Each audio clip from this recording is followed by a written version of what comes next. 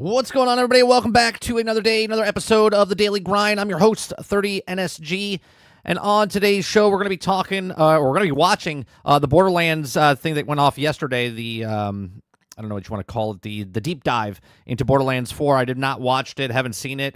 You guys were talking about it yesterday. Yesterday, I had some issues in the house, so I didn't have power, so I couldn't watch it. So we're going to watch that this morning, give you my thoughts, my pure thoughts on it as we watch it this morning. We're also going to talk about Gearbox. There's a couple articles of it, I guess, talking about it. So I'll give you my thoughts, then we'll read the articles and see what that goes into. We also talking about Nintendo Switch. Sharing is now more difficult. We actually brought this up before they announced the Switch 2, and then when they announced the Switch 2 and they showed the cards about sharing, and I said the reason they're doing this is because they want to sell more Switches and whatnot. So they don't want you to share your games anymore as a family members. So basically, if you're a family that has one Switch, they want you to go buy more Switches, okay? Or they want you to buy more copies of the games if you have multiple Switches. So that's what they want you to do. So we'll talk about that as well. And then we're talking about Microsoft. Microsoft has a couple articles this morning. One is Microsoft is raising prices on Xbox consoles, the controllers, and games worldwide. Obviously, make the problem, sell the solution. Their business model is, we don't want you really to push the consoles. They want to push towards the service, because the service makes much more money for them because they don't have to make anything, right? So we'll talk about that as well. And then we're also going to talk about Microsoft's latest earning reports, reveals Xbox revenue climbs as hardware sales fall. And then we have a story that just came out right before I went live. I grabbed it. It says, EA founder discussed the future of consoles and says, quote, "The cloud is everything." So these are just a few of the top stories that we're going to talk about today. If you like it, hit that like button, hit that subscribe button. If you'd like to go above and beyond that, become a member as little as $5. I appreciate you very much. Make sure if you're here right now, hit that like button. If you're on your cell phone, if you're in your office, if you're out on the road, whatever, when you're at a stoplight, just pick up the phone, hit that like button. It helps us out because we're a very small channel. And when you hit the like button, it projects it out to other people that also watch similar things that you watch. So that's what happens there. So please make sure you hit that like button. Only if you hit it. Only if you like it, I should say. If you don't like it, I mean, I don't even know why you're here. I guess you just like being tortured. What's going on, chat? I don't know why where is my, and how, oh, I know why. I have the wrong. All right, give me a second. Give me a second. I have to open up. I don't have chat right now.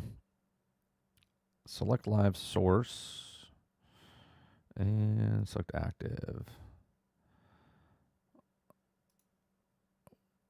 No, there we go. Let me see if it pops up now. Because the program I use, it takes the chat so I can click on it, so then it pops up on the screen. That's not being live right now. Don't know why. But let me scroll back up. What's going on, Eclipse? What's going on, Mo? Travis, Sarge, El Nini, Roadkill, Kylo. Who am I missing?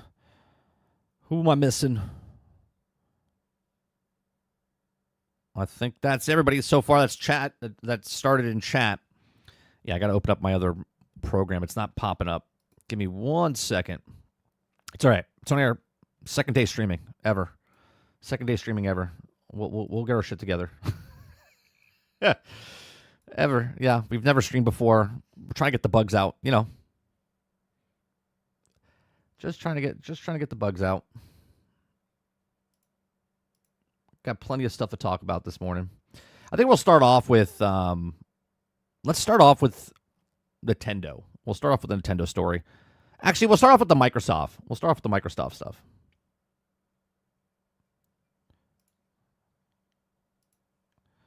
As soon as my chat gets on the screen. I can't see you, chat. I'm blind right now. What's going on, Hemi? I have to look off my iPad to see who's talking right now.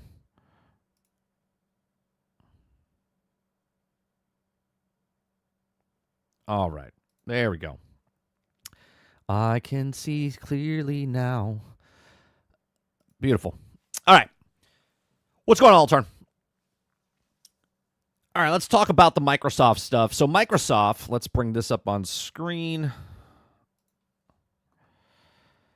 We cover news stories every single day, Monday through Thursday, from 10 o'clock in the morning till noon Eastern. I read the article for the first time that you guys submit basically in our Discord. If you want to be part of our Discord, anyone can join our Discord. Anyone can submit the stories inside of our Discord. If you want to go above and beyond that, become a member. You got to unlock different rooms inside the Discord if you become a member.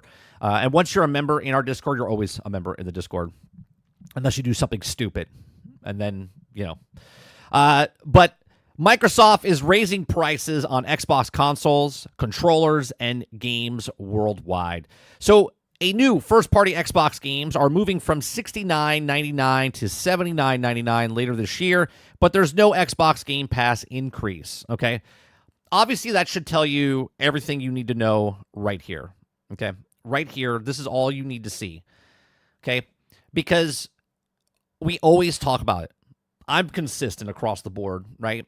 Companies make a problem, and then they sell you the solution.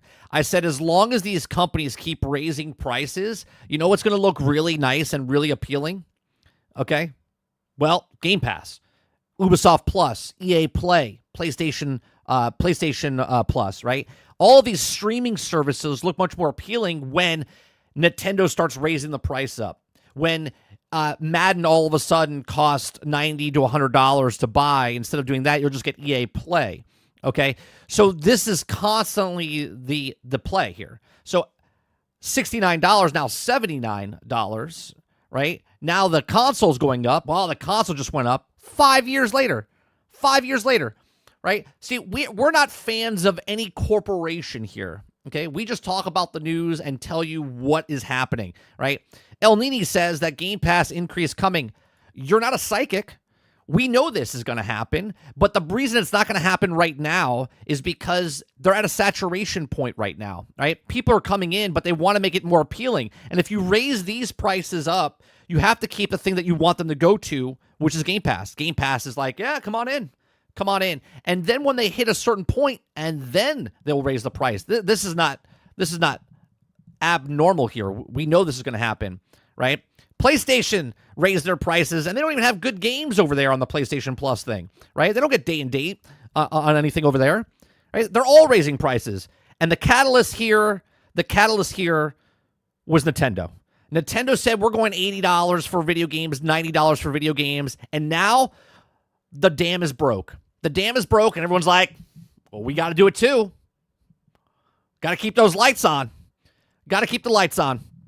Ray's keeping my lights on. He says they made Live Gold suck to make Game Pass subs. $2 super chat. Thank you very much for that. Right, $2 super chat. Appreciate that, Ray. Right, make the problem, sell the solution. So let's read this article from Tom Warren. It says Microsoft is raising the price of Xbox Series S and X consoles, Xbox controllers, and even some new Xbox games around the world. Starting today, Microsoft says it'll adjusted its recommended retail price. Again, I talk about this a lot too.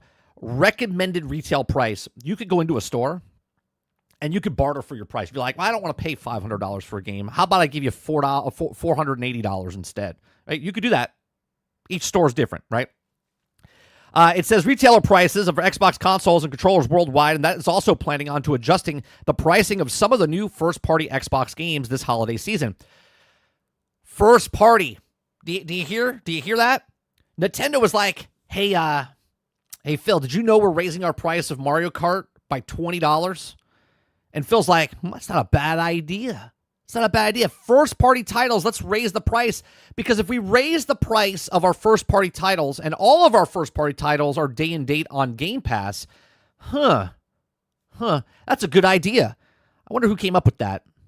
Okay. Microsoft Xbox Series S 512 gigabyte model is moving from $299.99 to $379.99, a price hike of $80. And the Xbox Series X 1 terabyte is increasing to $599, up $100 from the existing $499.99 pricing. The Xbox Series S 1 terabyte model is moving to $429.99.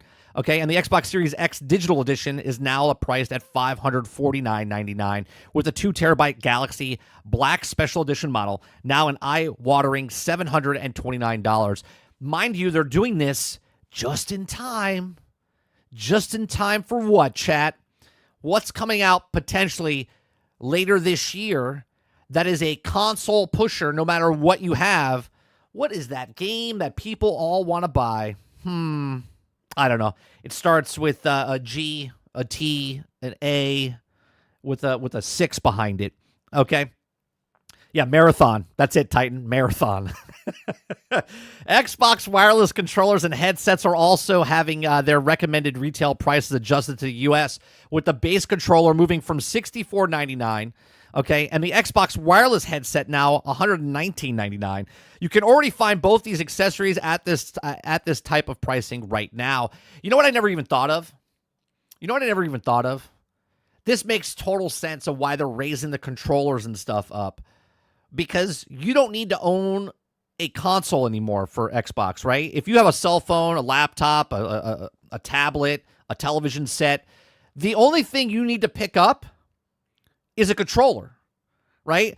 So they're like, oh, we're not selling the $700 box. We're just selling the $80 controller, okay? So now people have to go out and buy a $70 controller now so they can hook it up to their television set. It's quite genius on your part, Microsoft. I see you. Okay, some of the new Xbox games are moving from $69 to $79 this holiday in a move that matches the more expensive pricing of Nintendo's top Switch 2 launch titles. Xbox Game Pass pricing will remain the same, though. Interesting.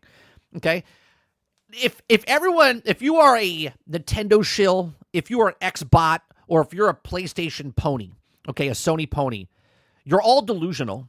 Because all of these companies are in bed with each other. Okay? I've been saying it for years.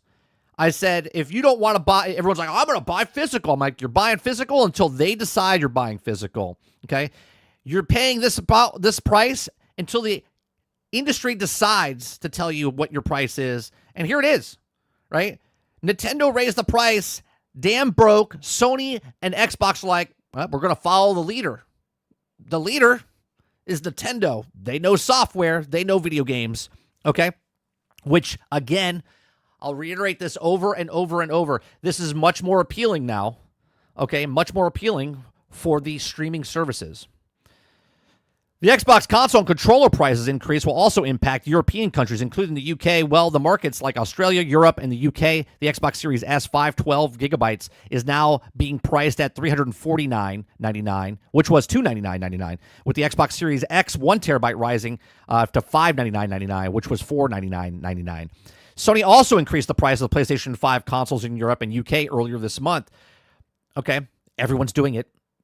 And think about this, right? Nintendo raised their price of this handheld, which is in the price line of the consoles that have been out for 5 years. So Sony and Xbox are like, wait a minute, we've got to raise our prices because this one can't be like ours. We got to raise our prices up. We're undercutting, okay? Which obviously is just ridiculous. Microsoft last hiked the price of the Xbox Series X console in June of 2023 as part of a price increase that also impacted Xbox Game Pass. The subscription service also saw a price increase last year alongside the launch of a new standard tier. Okay, the price rises comes from uncertain over the Trump tariffs. Okay, and the day after Microsoft CEO Nadella revealed that Microsoft ended the quarter as the top publisher by pre-orders and pre-installs on both Xbox and PlayStation stores during the company's Q3 financial earnings call. Microsoft also saw PC Game Pass revenue increase by 45% year over year, which goes into our next story. Okay, so we'll just continue on to the next story, which is included. Okay, so Microsoft's latest earnings report reveals that Xbox revenue climbs as hardware sales drop. Okay, so let's make a problem, right? We're selling less consoles, but now if we sell a console, we're actually making this much more money, right? Less consoles being sold, more money for each console being sold. People are like, I'm not paying for that. Oh, wait, I can get Game Pass? Cool. I don't need an Xbox? Cool. I can play it on a PlayStation? Cool. I can play it on PC? Cool. Okay. The latest Microsoft revenue report has revealed that Xbox revenue has climbed while its hardware sales continue to dwindle. Microsoft's latest earnings report, fiscal year 25, quarter 3, January 25 to March 25, has revealed that the gaming revenue for Microsoft has increased from 5% in total, with a significant growth of 8% due to Xbox content and services.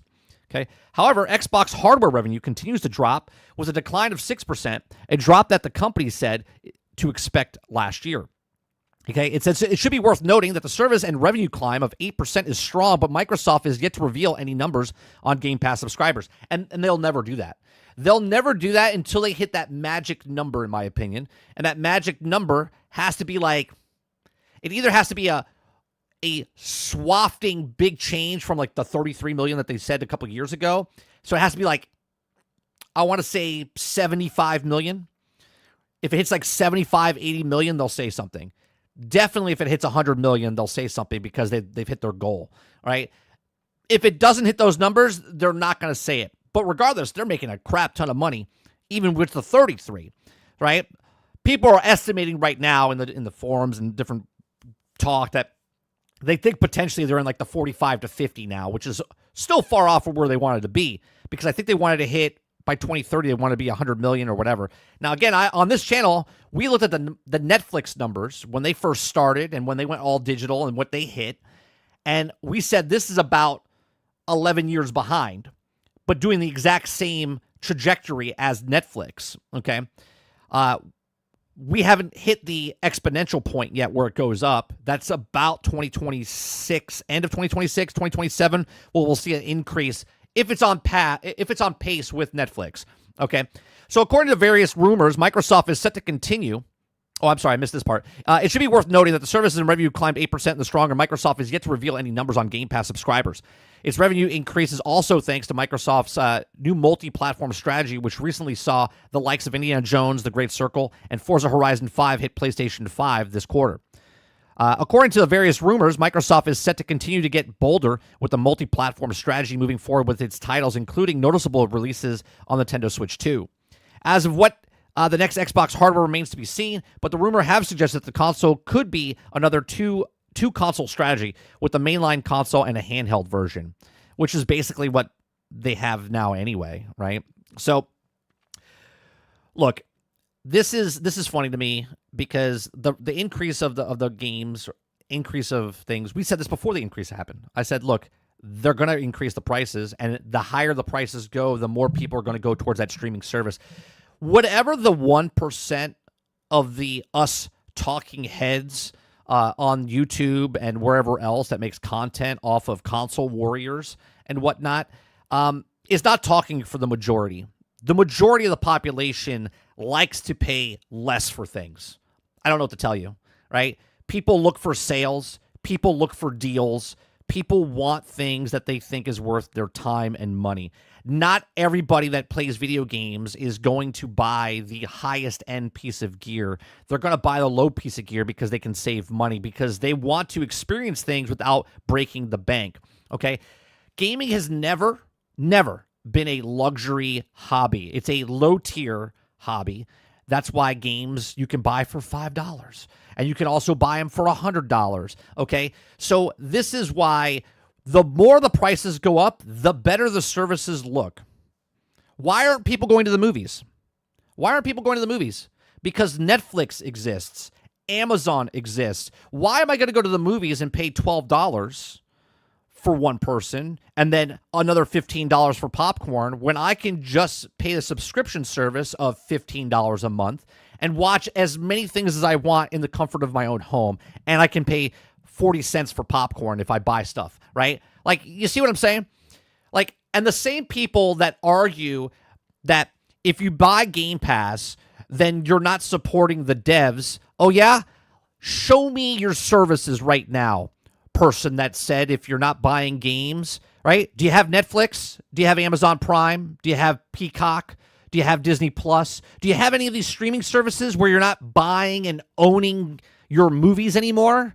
Because if you aren't owning those things, you need to sit down and shut up, because you're buying a subscription service for movies, and it's the exact same thing with video games.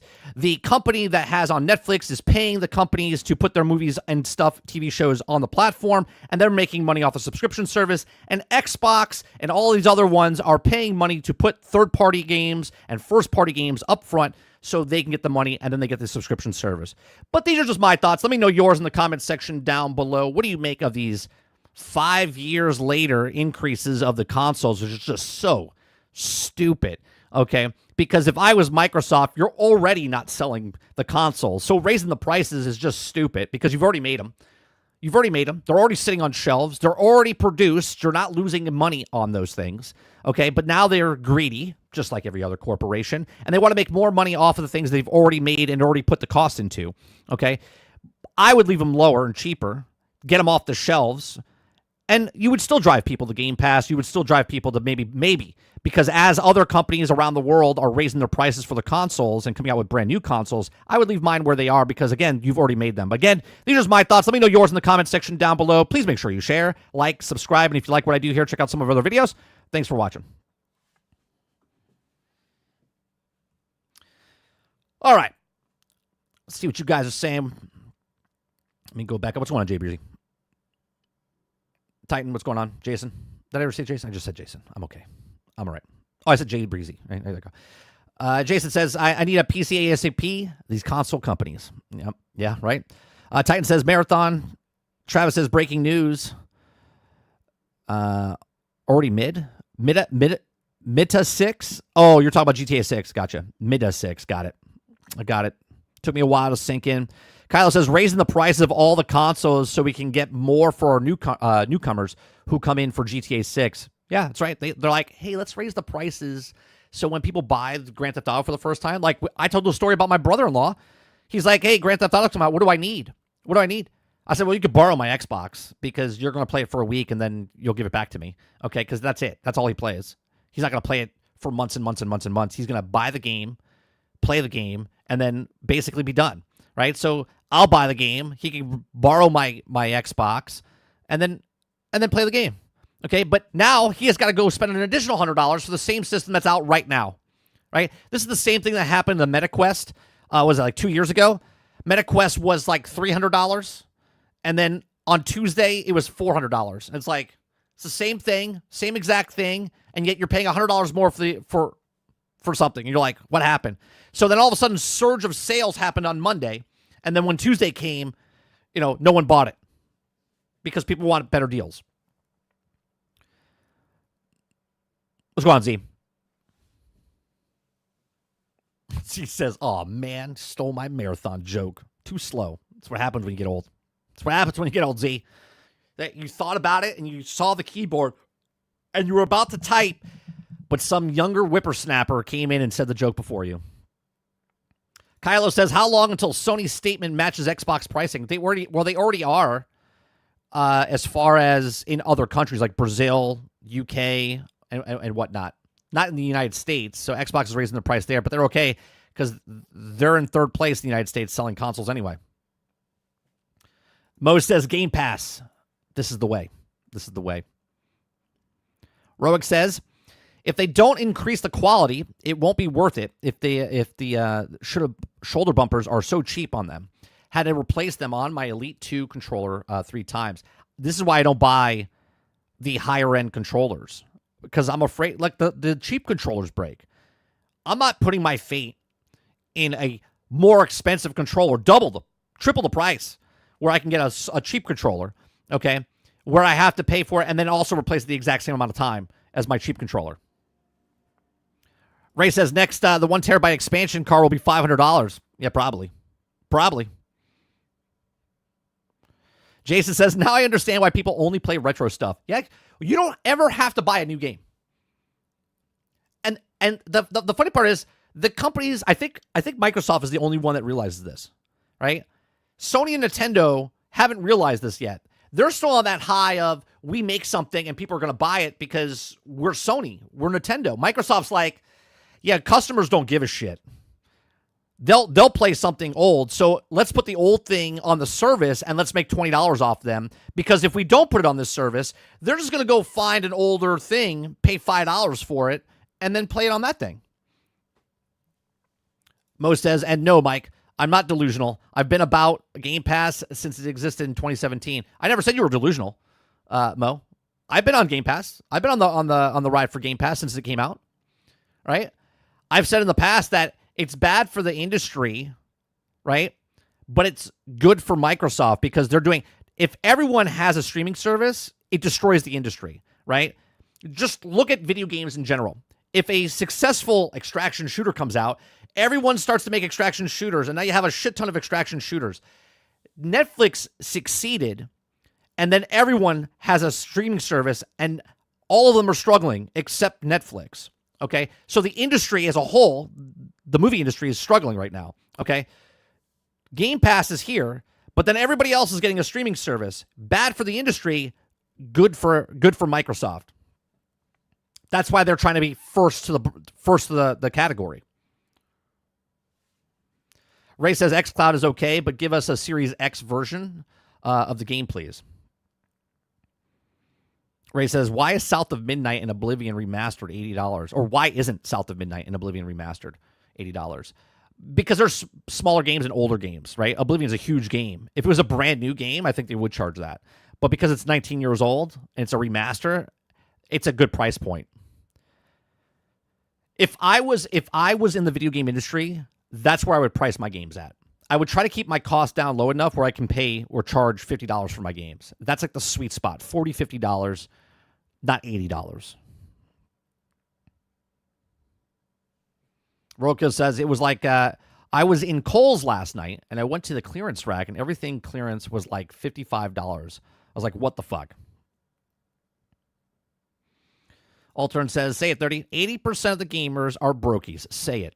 I mean, you did, and I read it, so I did. There you go.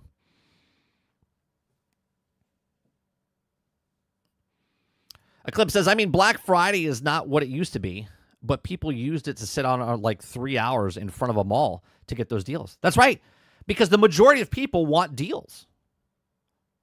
Majority of people, when they go to the store, I went to the supermarket this morning to buy fruit. Right when I walked through the door, they had strawberries, 3 for $10. 3 for $10. Usually, one thing of strawberries is like $6. So now I can get 3 for $10. You'd be an idiot to go, nah, I don't want those. I don't want those. Sure, they're making more money off of me because I'm spending an additional $4, $5, but I'm getting more for the value of what they're offering. Right? I'm not going to the back and going, hey, can I pay full price for each of these? No, I want to make sure that the strawberry developers get full price because I want to support the pickers. No, you're asking to get the deal, right? You want a deal for the strawberries. Jason says usually as a console gen goes on, the prices should drop. You would think, but remember, we didn't have streaming services back in the day, and now we have streaming services. Crowded House says, I figured out what's wrong with Marathon. Before I even read your next thing, it's Marathon. That's the problem with Marathon. It's Marathon, or lack of Marathon. He says, Bungie made their version of Apex Legends. What they should have made was a game more like Arc Raiders. We told them from the beginning we didn't want a hero shooter, and they did it anyway. Marathon's not really a hero shooter, but they've been working on Marathon since 2018. 2018.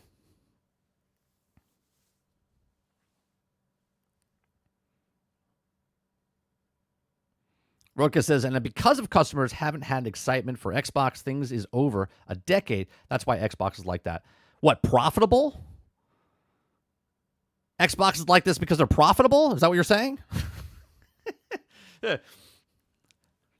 Microsoft say we're doing well, but we could bring in more value to our shareholders if we raise the price and cover our costs. Seems like corporate BS to me. Oh, absolutely, Jax. They're raising the price so you get pushed towards Game Pass. Just like Assassin's Creed and Ubisoft's business model where they show you the regular standard price is $80, then the thing is $100, and then the extended version is $120, or you can pay $18 to pay the game, and you get all of this for $18. Make the problem, sell the solution. It's the exact same thing. Kylo says, I think it started with the Xbox lost the plot and had consoles presentations about watching TV and using the Kinect when actually playing games. Let's see here. What's going on, Kraken? Black Friday for groceries, please. Yeah. Kylo says, I don't think I've ever seen consoles go up in price after almost 5 years. Yeah, it literally is tone deaf. Especially since they already made them. It's not like they're making them right now and like shipping them over. They're here. The stock is here, right? If I go to Costco right now, there's a pallet full of Xboxes, right? There's no tariff for those things that have been in the country for, I don't know, 4 years. They just sit back on the backlog of the product. It's just sitting in the warehouse, and they're like, oh, yeah, we sold these out. Let's bring out the next thing, right? There's no tariffs for those things coming in. Those things are in the country already. So the tariff talk, bullshit. Now, if you want to talk about maybe PlayStation because they sell out because they're, 2-to-1, 3-to-1, and they're bringing new consoles in, sure. But Xbox is there. I was just there. I saw the Xboxes, right? Like Roadkill went to Kohl's. I went to Costco last week. There's tons of PlayStations and Xboxes in stock right now. So now you're telling me I went on Monday, regular price. I go back on Tuesday, and now I got to pay $100 extra because of tariffs. Get the fuck out of here. Okay? That product is already fulfilled. They've already paid that. The cost and everything is already there. What are we doing? Like gas station prices now?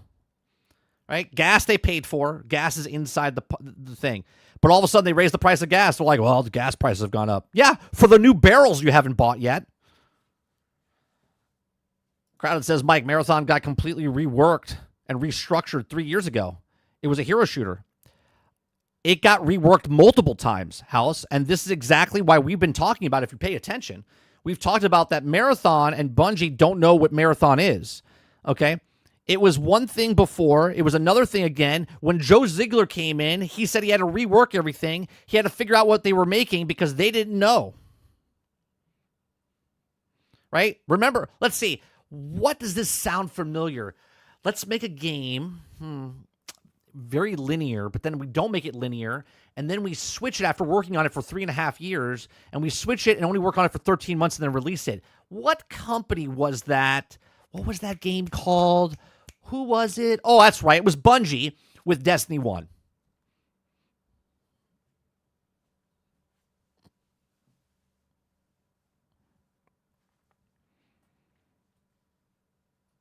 Kyle says, right, they've been in the warehouse for like months and months. Years.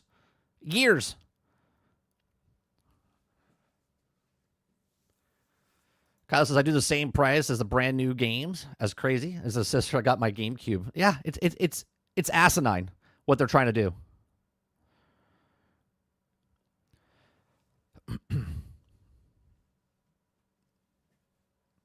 It's convenient tax. Exactly. The tires have nothing to do with anything yet. Oh, the tariffs. The tariffs have nothing to do. That's not what the article said. It's not what the article said. The article said right here by Tom Henderson, the price rises come amid uncertainty over Trump's tariffs. Right? Either he has TDS and wants to blame everything on Trump, or that's what he believes. And he believes that the raising costs of Xbox that are already in the country that don't have to pay for the tariff because they're not selling out, they're there. We see them. You could go to Target, you could go to Best Buy, you could go to Costco, you could go to wherever. The systems are there. Today they're this price, but tomorrow they're going to be $100 more. Why? Because.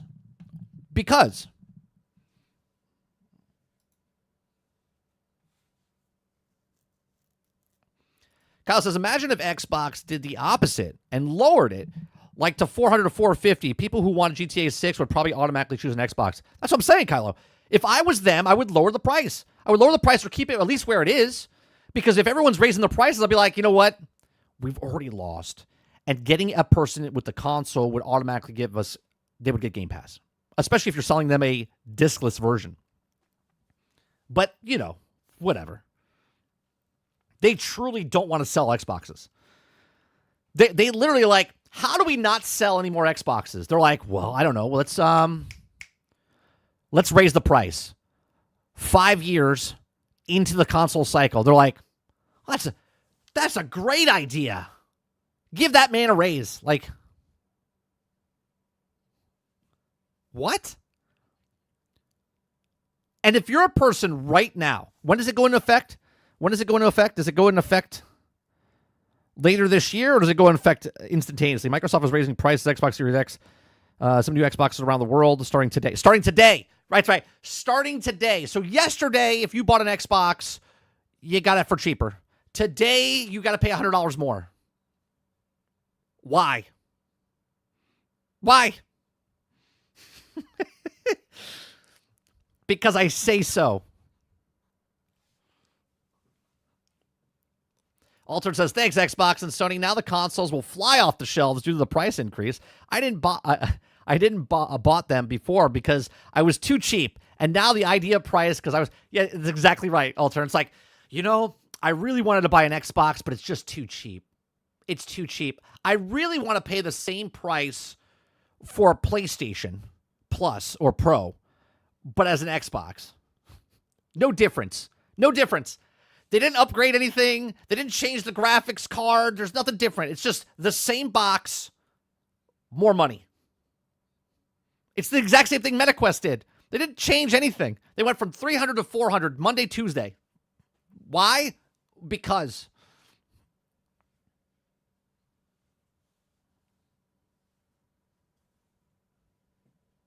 Does that mean the value of mine goes up? Yeah. Guys, I don't know if you know this. GameStop better give me more money for my trade-in value if I ever trade it in, right? Because now it's $100 more. That is so stupid. That is the stupidest thing. Like, it just gets every single day we turn on the news and it's something more retarded than the last, right? They're like, oh yeah, Nintendo's coming out and they're charging $450 for theirs, $500 for the bundle, and they're charging you for the same games you already own, and they're charging you an upgrade, right? And you're like, that's the stupidest thing I've ever heard. Then Microsoft's like, hold my beer. We're going to charge more money for the same consoles that are already out in the market.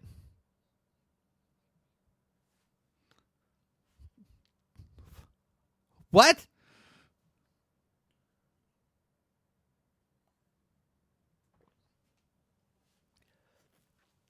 Prosty says Xbox will be a boutique item. They're no longer expect to sell those the bunch of consoles. I figure they already knew that ahead of time, right? Now they're like, how do we get people to go to Game Pass? Again, this is my thought process.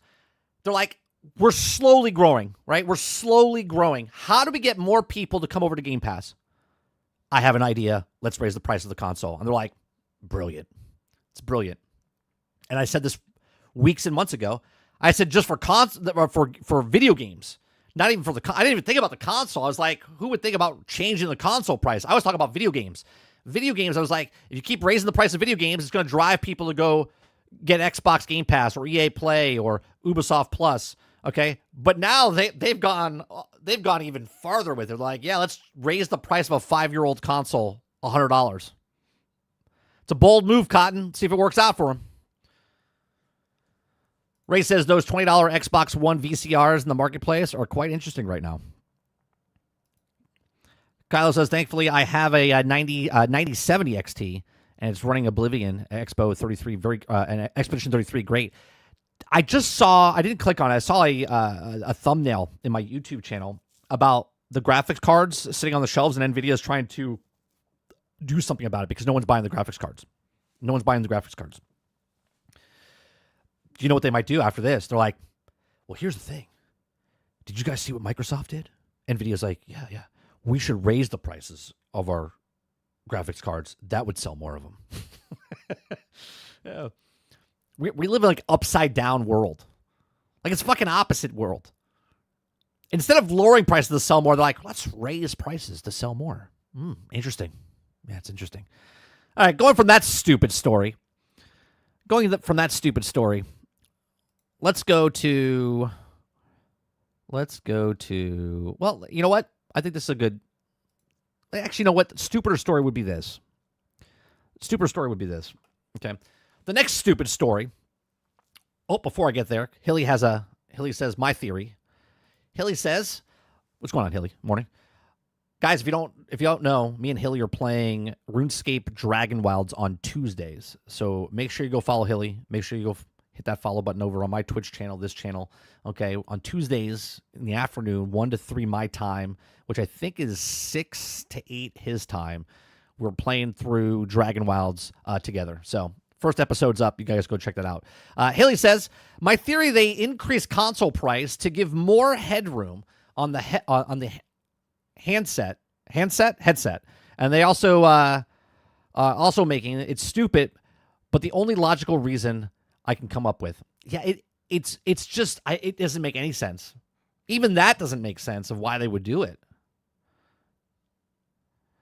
Because they want more headroom, but it's like, I think they're just trying to fear people. That's my theory. They're trying to raise the price to go, there's no way I'm buying that. I'm going to get Game Pass.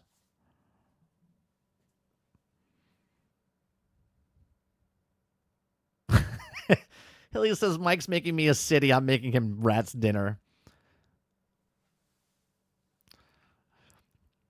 Kyle says, this is why they get for charging $1,500 for 5080, where the 9070 XT is below it for $600. Yeah, Roadkill. It's a bold move, Cotton. Let's see if it works out for him. Mr. Luke says, morning, guys. Inflation is total BS. It's only because you read the news. Chocolate at smaller sizes cost 100% more. Yeah, it's so ridiculous.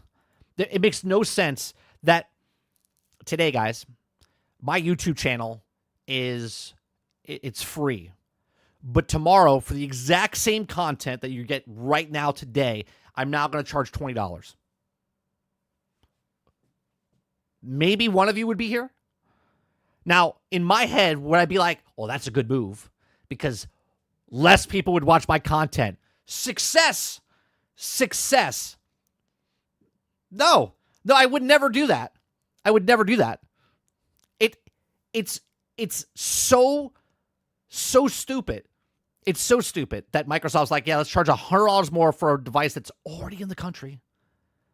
Not selling, by the way. They're not selling. So let's make sure it doesn't sell. Let's add more money to it. Nate says, I'm having a blast so far with Towerborn. I'm using the fist. I just unlocked the move. I also like the Hulk's Thunderclap. I played the Sword and Shield, and I played them all a little bit, but in the early access last year. But this time around, I'm playing daggers, and I'm playing Sword and Shield right now. I haven't done messed with anything since the new update for gloves or for the staff. I'm having a blast with it though. Winzo says, 30 morning. I've seen fanboys now laughing at Xbox, yet don't they realize that the precious Sony is just going to do the same thing? They already did. They already did the same thing in other countries. They haven't done it in the U.S. yet. Yeah, they're all going to do the same thing because the industry's that's the move. That's the play. See, Sony doesn't want to do that yet because they're still selling consoles. And they already had the price increase, right? They went from the PlayStation to the PlayStation Pro, which if you want to pay more, you can. But they're like, let's not raise the price of the PlayStation. But they've already started raising the price for the standard one in 8, 9 countries?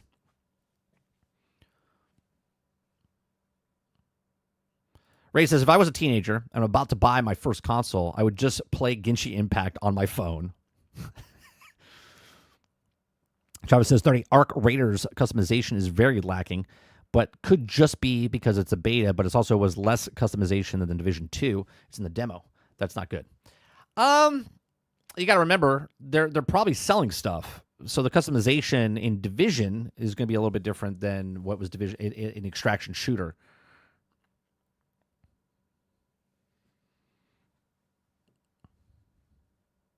I personally think Arc Raiders is going to be better than Marathon. It's going to do better. It's more appealing. It looks more appealing. All right, let's go on to the next story. Next story here is Nintendo Switch game share is now more difficult.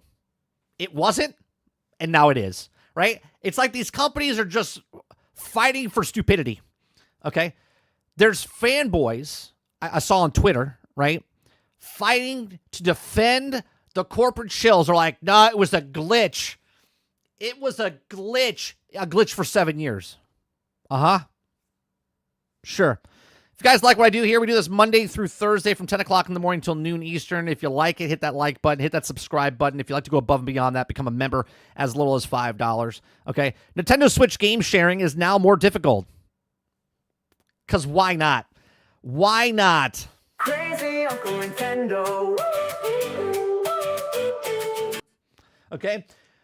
So Nintendo Switch owners can no longer share games between devices in a way that allows them to play 2 online titles simultaneously. No. They've done a Netflix to you. They're cracking down on the password sharing. Okay? They're like, you fans that love Nintendo and buy everything Nintendo, guess what? We're going to squeeze you for just a little bit more. Not only are we squeezing you to get 2 copies of the game, but we're raising the price $20. Thanks for being a fan. We appreciate you. Okay. It says the change making game sharing more difficult has rolled out as part of the latest Switch update. Yes, don't update. Don't update. Okay. Up until now, it was possible to play digital copies of the Switch game online on a device designated as a primary console, while the owner was simultaneously playing via the secondary console.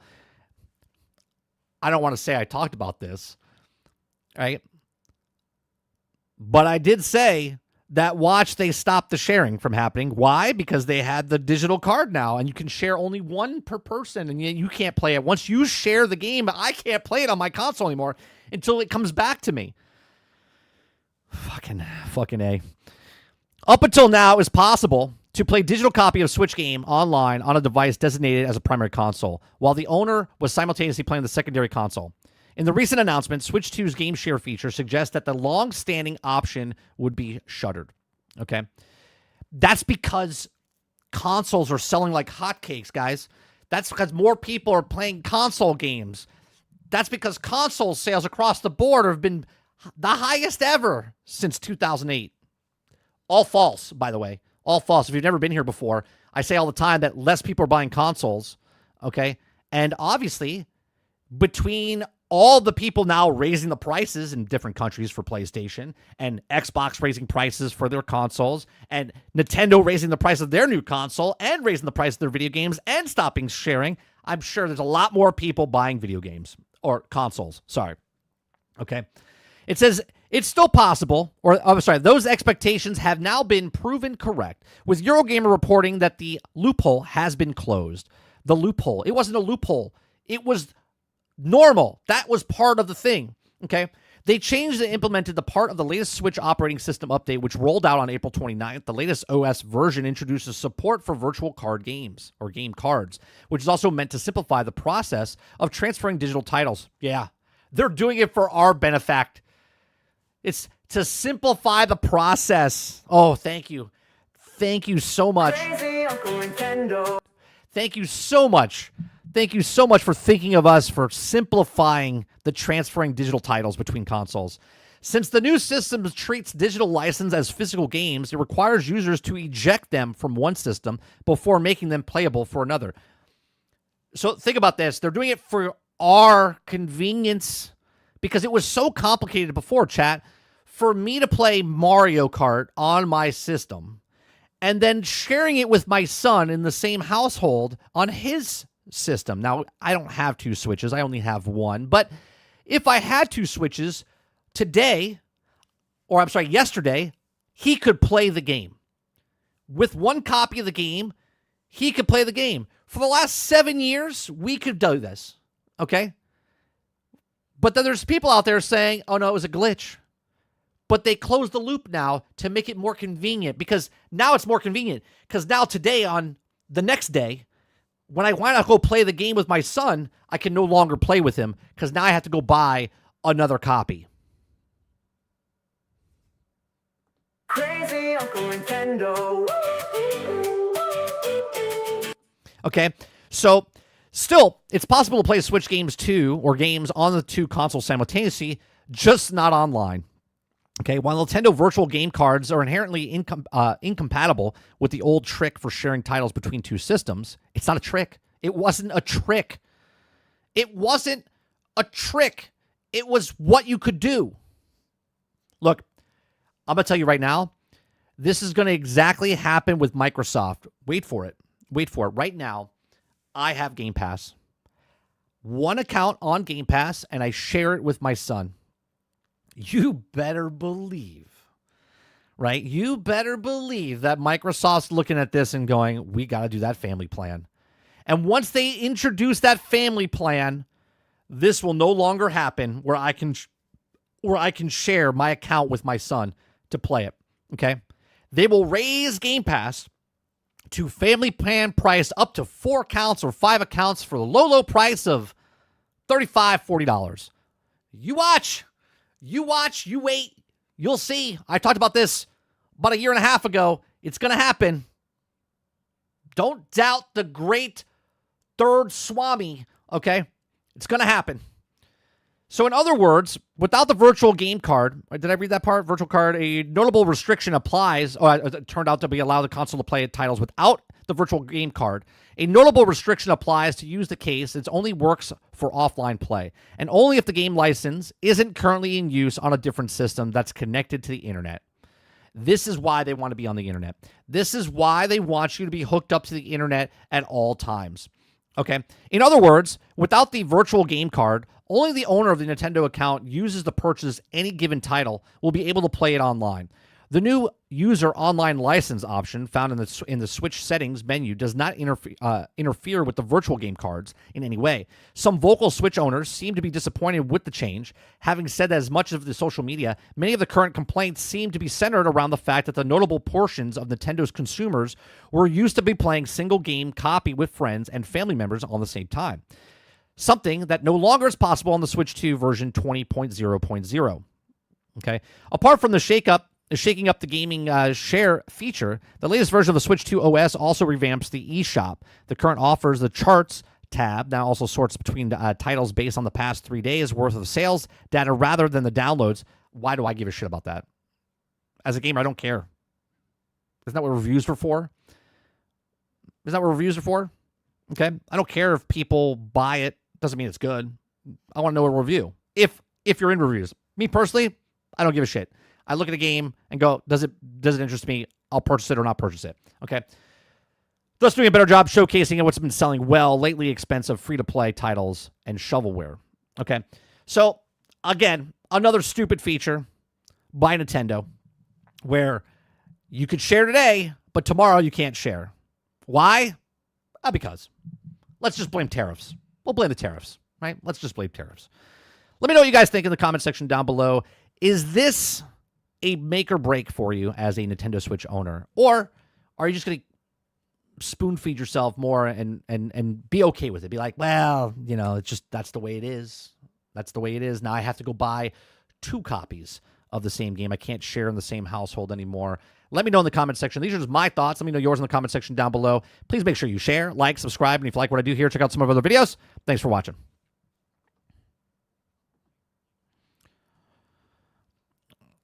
All right, let me see what you guys are saying here. As an extraction shooter, you guys talking about that. Talking about graphics cards. Sarge says, fuck off Nintendo. Eric Jones says, I'll help Nintendo. I won't buy their shitty console. Well, there you go, Jones. Kraken says, $100 price increase on a 5-year-old console. No way was buying this insane behavior. Yeah, I don't get it, Kraken. It makes no freaking sense. Altern says, so what are you saying? Is it time to Jack Sparrow Nintendo games? I don't know if you can. I don't know if you can. Right? I got something in my eye. I had something in my eye. They're going to bring back sharing and charging for it. Yep, 100%. Eric Jones says that the article's verbiage, I'm surprised it's not saying the players was stealing content. Yeah, they're like, they closed the loophole. A 7-year loophole.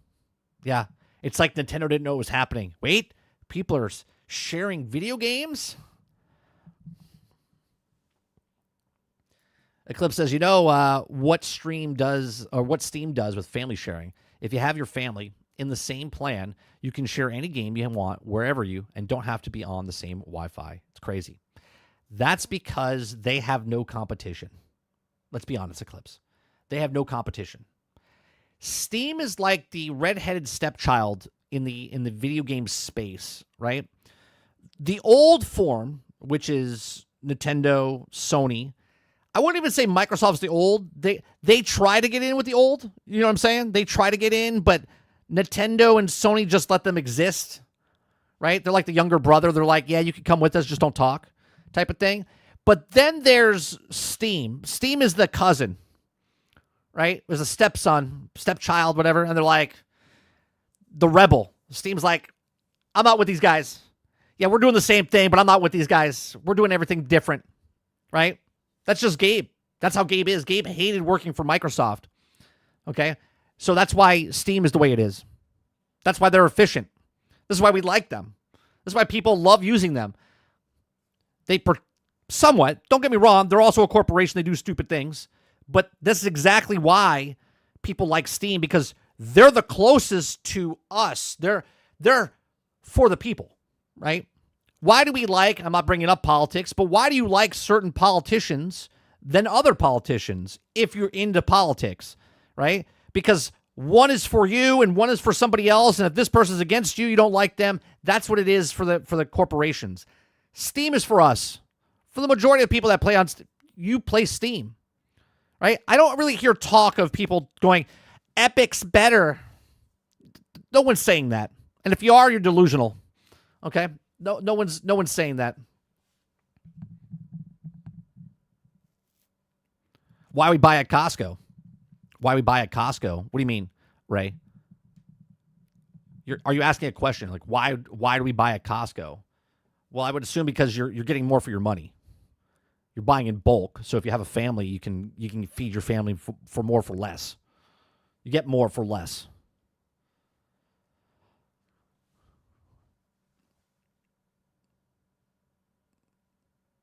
Argus says, I'm very concerned with all of this price raising in the gaming industry when the large portion of consumers stop buying full price anything because they left their price range. How much more are they going to go? They're going to go as much as they can to push you towards the streaming services. Ubisoft, EA, and Game Pass. I'm not sure about PlayStation Plus, but Game Pass, Ubisoft, and EA are like this. Here comes the money. Because they don't care if it's 1 million people that come in for 1 month, okay? Or if it's 500,000 people that come in for 3 months, whatever it is, right? The higher the prices go, the more people are going to go towards the streaming services. The problem is EA and Ubisoft are going to have problems because they can't keep up with the ravenous of the consumers. Xbox can. Microsoft can. Microsoft can throw more money at these things than Ubisoft, than EA, okay? This is why EA uses FC and Madden in them, and they're trying to find out the other recipes. But at the end of the day, they only have like 4 or 5 titles. Meanwhile, we've gotten 5, 6, 7 different games in the last 4 months. If it was first-party or third-party games from Microsoft, they're like, how much do you want for your game? Well, we thought we were going to sell 1 million copies. All right, we'll give you, here's 500,000 copies. Here's the money for 500,000 copies. We're going to put it on Game Pass. And they're like, okay, thank you. Thank you, Mr. Spencer. So now the industry is like, oh, we're going to put this over here, and we're also going to sell it over here. So now we only have to sell 500,000 copies, and we don't have to sell 1 million copies. Much more manageable. Much more profitable, where they have the money up front, and then they get the other money down the road. Right? They're not sweating bullets anymore.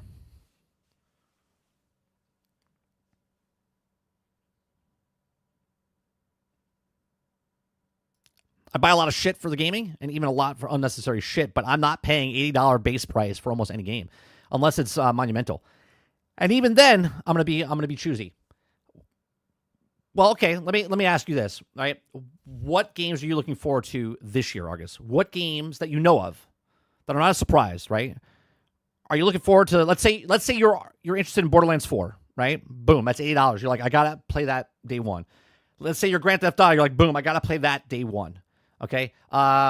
Let's say, I'm trying to think of another big game that's coming out. Let's just say Fable's coming out. I know it's not, but Fable's coming out. Boom. That's another full price game right there. That's 3 full price games at $80, $90, $100, right? That's anywhere between $240 and $300 of just off 3 games.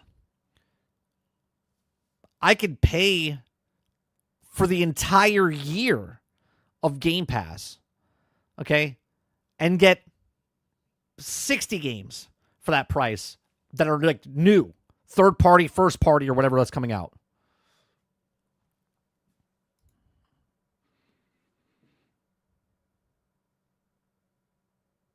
Argus says this year maybe Borderlands 4, not GTA, not Fable. Obviously, don't know if GTA is coming out. Don't know if Fable. Obviously, Fable's pushed to 2027. I'm just trying to name big games. That's all.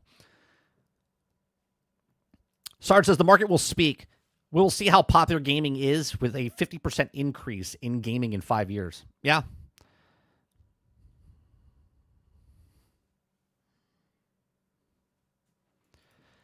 Eclipse says, I mean, I think about how much more money Expedition 33 made because they probably lowballed what they were going to sell to Microsoft. Right. Again, we don't know what it cost them to make, right? Let's just say it cost them 50 million, right? 100 million. 100 million, right? If it cost them 100 million to make,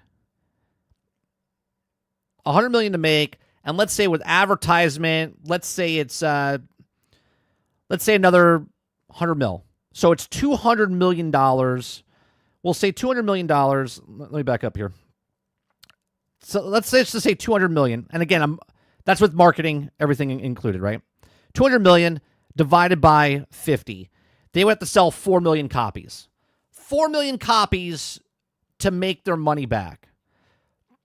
But let's say now, Microsoft, again, these are all hypothetical. This is all just let's say they give them 50%.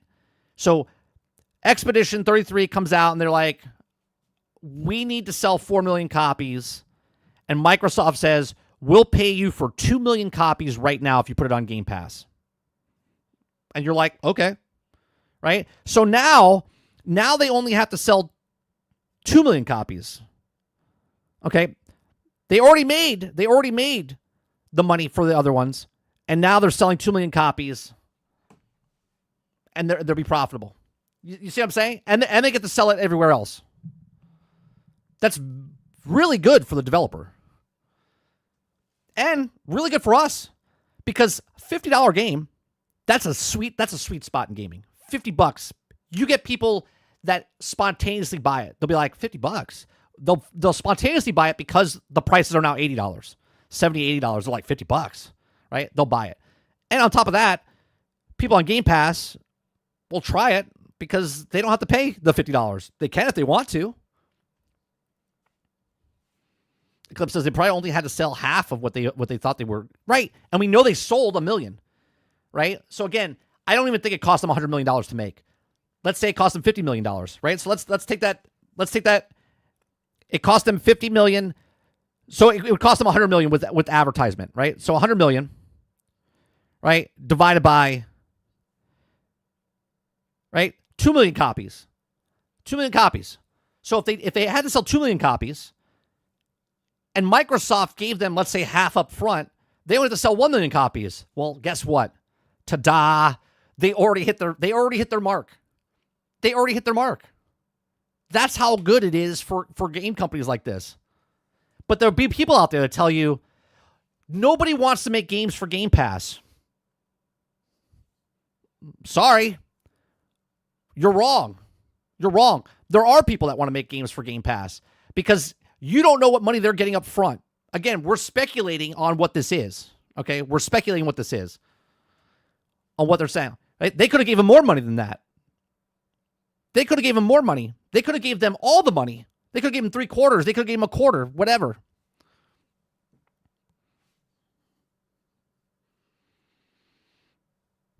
Argus says, how much did they spend on Expedition 33? I thought I heard was it 5 million? If that's true, they could easily make bank. Is it there's 5 million? I don't know about that. That's insane if it's 5 million. Are you sure there wasn't like a zero after that?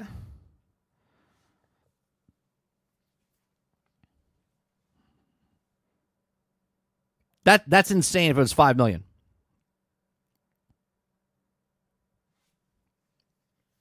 Ray says, money up front is always good for developers.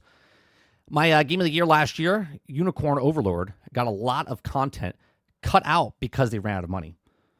Jason says, Expedition 33 physical copies are sold out everywhere. I haven't seen that happen in a long time. Well, to be fair, though, they probably didn't make a lot of copies because they didn't think they were going to sell, which is good because they sold out of the copies that they had.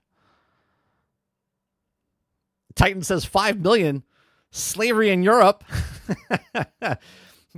Crowded says I think it was 50. If it's 50, then they're starting to make money right now. I would assume they're making money right now because if they're happy and they're shouting from the rooftops that we sold a million copies, then they're pretty good because they got money up front from Microsoft to put on Game Pass, and now they sold a million copies. Nate says, I paid $45 for Expedition 33 on PlayStation 5.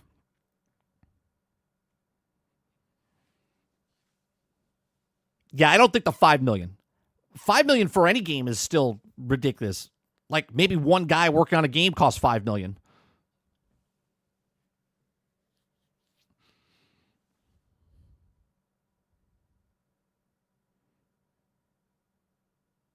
$5 million on the contract fee, maybe.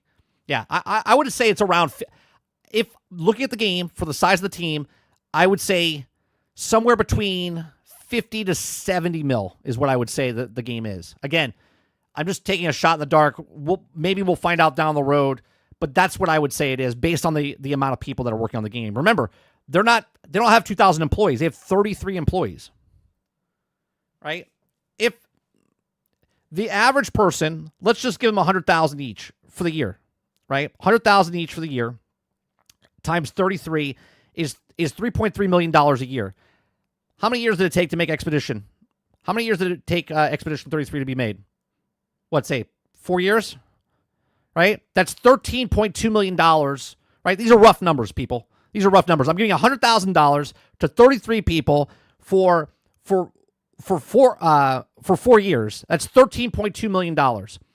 Now, let's say they added an additional, $5 to $10 million, okay, for voice actors and whatever else. Right? That's $23 million, right? So saying $50 million for that game with 33 people, that's probably with marketing. That's probably with marketing.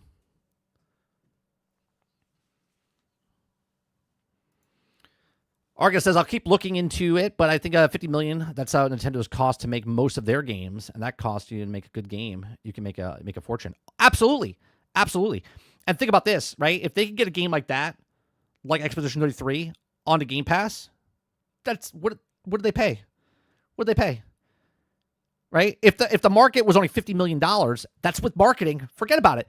They've made bank. They only had to sell about 500,000 copies, and they sold 1 million copies, and people were playing it on Game Pass.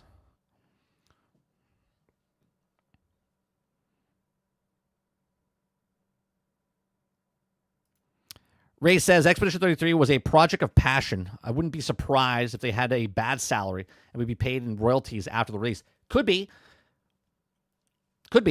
Kraken says, I think I gave up hope on customers taking a stand against greed when Netflix got rid of the password sharing, reported record subscriptions after. Well, for that, I would think maybe, Kraken, that people would look at it and go, well, I stole it for 3 years. I'll pay for it for a bit. You know what I mean? At the end of the day, you're like, it's $20. That's going to the movies one time a month with 2 people.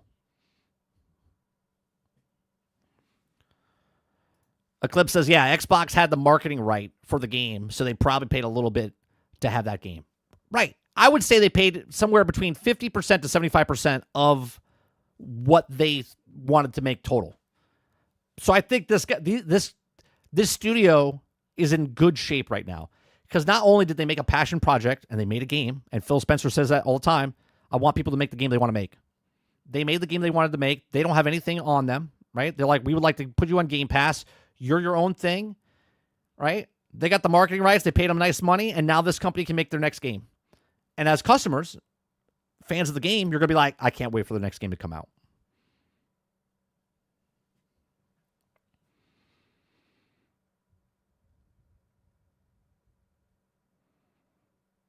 Let's see. Dolphin says, shit, I'm still logged into half of my existing streaming services. Hopefully, she never notices.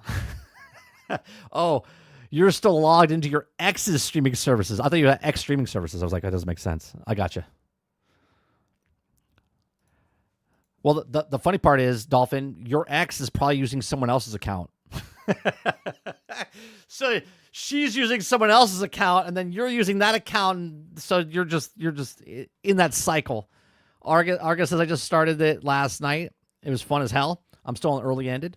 I also beat the first violent bad guy. I fought every optional and hard enemy up to that point.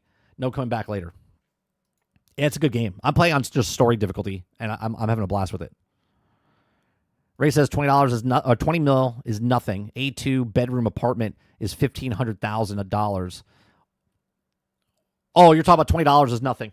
A2 bedroom apartment is $1,500. What is $100 for internet plus Netflix? Right.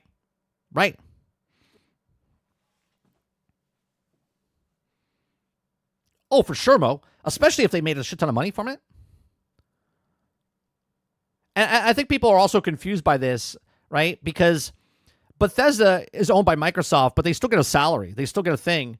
And if the corporation knows that if they can make their next game because Microsoft is paying for them to put them on Game Pass, they're still making the same money, right? They're still making that same money. So when people tell you that Starfield is not a success, even at $200 million, okay, it's still profitable because they had 4.5 million sales on day one or pre-order or whatever it was, and there was 10 million people that played it. So,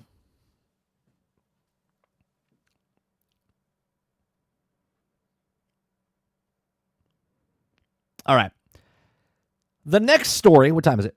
11:12? Okay, I think this will be perfect. All right. The next thing we're going to talk about and watch is the Borderlands stuff. I didn't see anything of the Borderlands. Okay, you guys were talking about Borderlands last night. I appreciate our community is really good, right? You guys didn't try to spoil anything for me or anything like that, and I appreciate that. So we're gonna watch the Borderlands 4 official gameplay deep dive. I know nothing of this. We've been playing through the Borderlands 3. I haven't played Borderlands 3 in 5 years. I tried it out before it came out. I boycotted the Take-Two for reasons not because of the game, just because of the company. So we waited 5 years, didn't purchase it, came onto Game Pass. I said, you know what, we'll play it because we played through all the other Borderlands multiple times. And we decided to play Borderlands 3 because why? It's on Game Pass. Okay. And so Borderlands 4, we saw some footage of it a couple months ago or whatever, but now they had a deep dive in it. So I know nothing of this. We're going to watch this. You'll get my raw reactions as we watch this. Make sure it is normal speed. It's about an 18-minute, 56-second. I'm going to pause and stop and stuff as I see things. Okay. If you guys like what I do here, we do this Monday through Thursday from 10 o'clock in the morning until noon Eastern. If you like it, hit that like button, hit that subscribe button. If you'd like to go above and beyond that, become a member as little as $5. We do live streams, uploads, podcasts, shorts, lots of different things. I have multiple channels. We have 30 and Still Gaming, which is a gameplay channel. You can watch 30 and Still Gaming over on YouTube or Twitch. We have 30 NSG that does live content, reactions. We have Nerding with 30, which is more entertainment type of stuff, which does uploads. And then we have 30 and Still Jamming, which is the music that you hear before the show starts, all AI generated, written by me, generated by AI. And so we have a channel there. If you like to listen to some of the music, you can go check out those channels below. Appreciate it. All right. Let's watch this and see what's going on with Borderlands.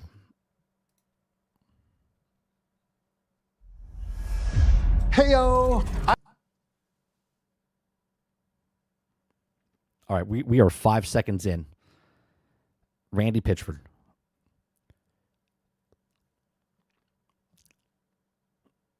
I just won't say anything. I'm Randy Pitchford, founder of Gearbox Entertainment. Today, we're giving you our deepest look yet at... I'm sorry. If this dude showed up to my house doing magic, I would call the cops. I'm just saying. Borderlands 4. All the excitement, loot, and gnarly carnage all running on PlayStation 5 Pro. Since creating the looter-shooter genre nearly 16 years ago, we've continued to refine the formula, delivering better loot, greater freedom. Graphically, we've talked about this when they showed it last time. It looks different. Like it's still cell shaded, but it looks more... It looks more real, I guess. I guess that's the word I'm looking for. Freedom and endless mayhem. And with Borderlands 4, we push things even further. This is hands down our best Borderlands ever. All new movement, Well, obviously, you would say that because it's the latest one. abilities, bigger and badder enemies, and a brand new planet. all in service of making you feel like a total badass. It's the perfect entry point for new players with incredible new places and a great story. More better. That's right, more better. And for our longtime Borderlands fans, we're throwing back to our more grounded tone while pushing gameplay ahead further than ever before. This is the culmination. Well, I'll tell you what, the fire explosion further than ever before. much better than what we saw yesterday. I forget what game it was. Was it Arc Raiders where that explosion looked like a PlayStation 1 explosion? This is the culmination of years of hard work from my teammates across the Gearbox Studios. So enough talk. Let's get it. This is Borderlands 4. I mean, we should make that a meme. We should make that a logo, like an emote. I don't know what we would use it for, but I think this should be something. We'll get back to that.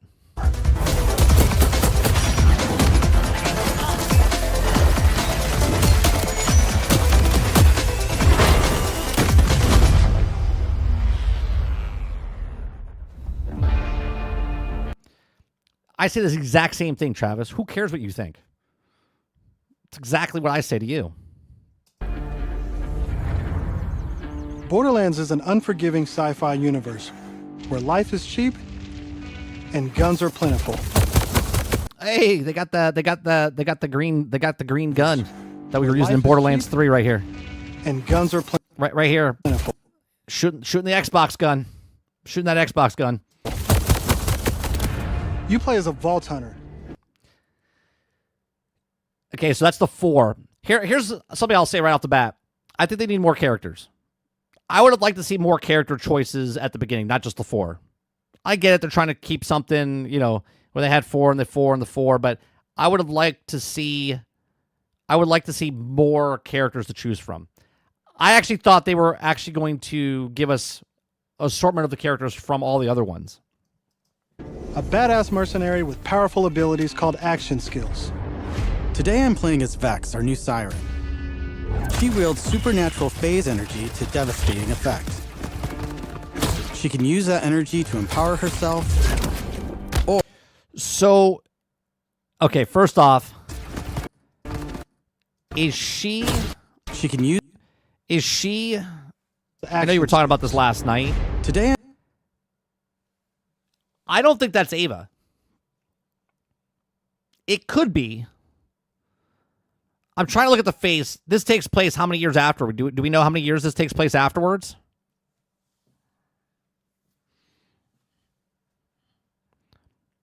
I'm playing as Vex, our new siren. Vex is a new siren. Okay. She wields supernatural phase energy to devastating effect. She can use that energy to empower herself, or... How does that work in the story, though? 6 years? How does that work in the story, though? Because there's only 6, maybe 7 sirens. And we already know... We already know most... So she just happens to be here again? Like, how does that work? Right? I'm confused.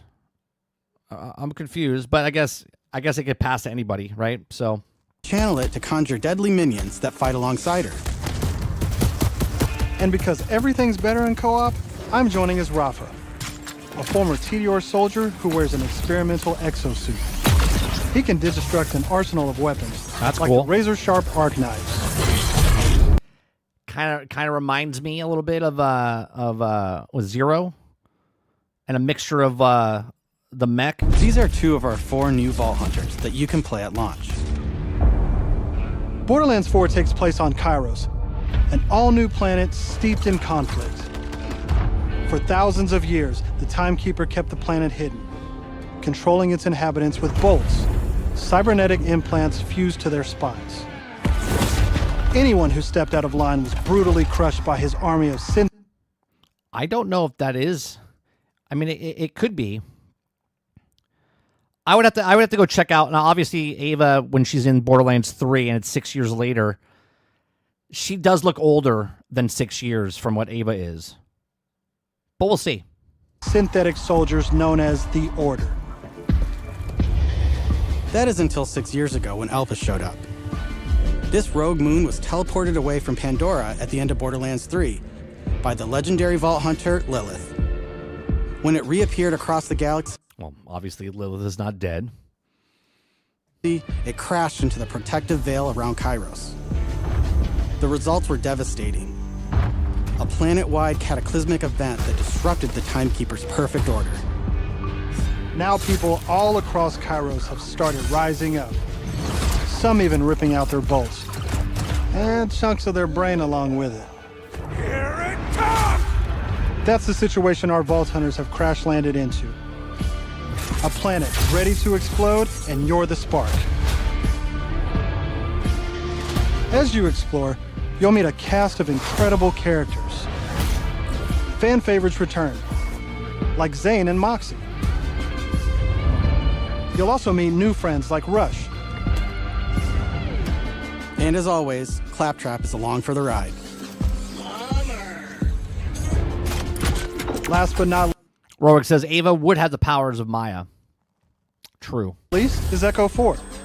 This helpful drone follows you everywhere, hacking order tech, scanning the environment, and helping guide you to objectives. But enough of all that. Let's get into the game.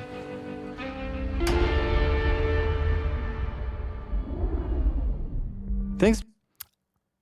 I like the way it looks. I like the way it looks. I like the... We talk about this for a lot of things, right? So like Borderlands and Borderlands 2 and Borderlands 2 had a little bit better of, quality of life stuff. And then Borderlands prequel tried to do some stuff better than Borderlands 2. And then now Borderlands 3, quality of life is much better. Maps, maybe they went too far with how big the maps and stuff were, but quality of life inside of Borderlands 3 I think is much better. But they kind of ruined it with the legendaries everywhere. But I think graphically here, if they kept the quality of life from 3 into 4, as far as all that other good stuff, but now they raised the graphic level up, that's better than last time, right? Thanks to our improved lobby system, it's easier than ever to join up with your friends on the fly. And with full crossplay at launch, you can play with your friends on any platform. Yeah, I don't think that's Ava. I don't think that's Ava. Her shape of her face is completely different.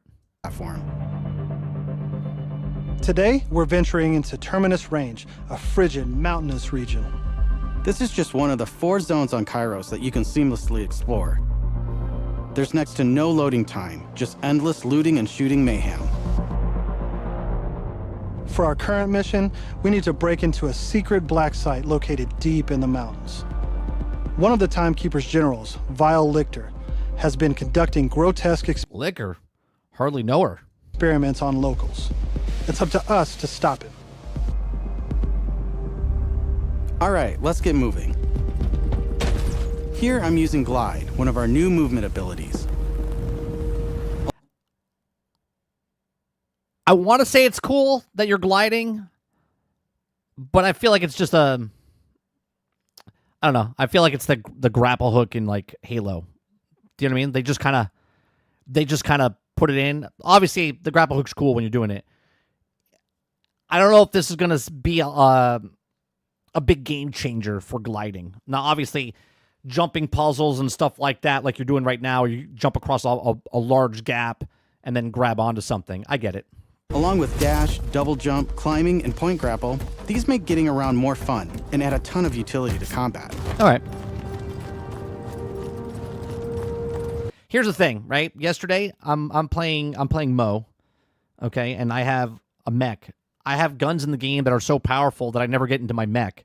The mech is there, and I get it. I could use it, but it's easier for me not to use the mech. So it's like, sure, you could glide, but is it going to make it that much better where I have to use it all the time? Probably not. As you traverse, you'll uncover a vast and beautiful world. And to bring Kairos Is there a double to jump life, there as well? we've introduced dynamic weather and events, Looks like she so had a you double jump. constantly have new things to discover. There's also plenty of local wildlife to contend with, like these Cratch, flying beasts who attack in flocks. It's always been Borderlands, wildlife. Guns sound Here good. we've come across Asylum, guns sound good. one of several new activities in Borderlands 4. you'll naturally discover It's got a little bit of, sounds like Borderlands. It's got some punch to it. short gameplay experiences like this all across Kairos. There's no need to pick up a mission first. These are auto-granted and tracked on your HUD. Is it slow Eclipse, or is it because they're showing it, they're trying to make it like cinematic, where they turn slow and do stuff? I don't know. Silos house old, decommissioned order tech that you can hijack for the Crimson Resistance. With the help of Echo 4, we'll hack into their network and release the communications balloon.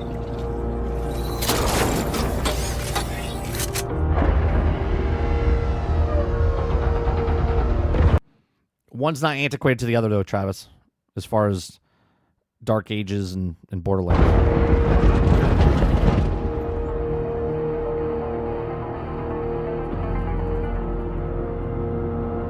Now that we're in charge, we can fast travel to the silo. And as a bonus, it's revealed the approximate location of a vault key fragment. We can collect these fragments to unlock a hidden vault, a high-level dungeon with challenging combat and The maps look pretty big still, because you can see when they highlight it, it highlights the zone of that area. serious loot. What do you mean? The way they're showing this right now is super slow. They're showing it, though, like it's a scripted thing. They're showing it like, no, none of us play like this, right? You're like, you fucking whipping it back and forth. Let's get after it.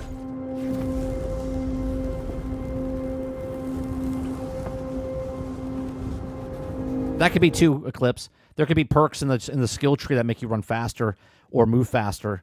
Do you know what I mean? So you're automatically, they take it out of the game, slow you down purposefully in the game, and then the skills make you faster, which, sometimes I like, sometimes I don't like.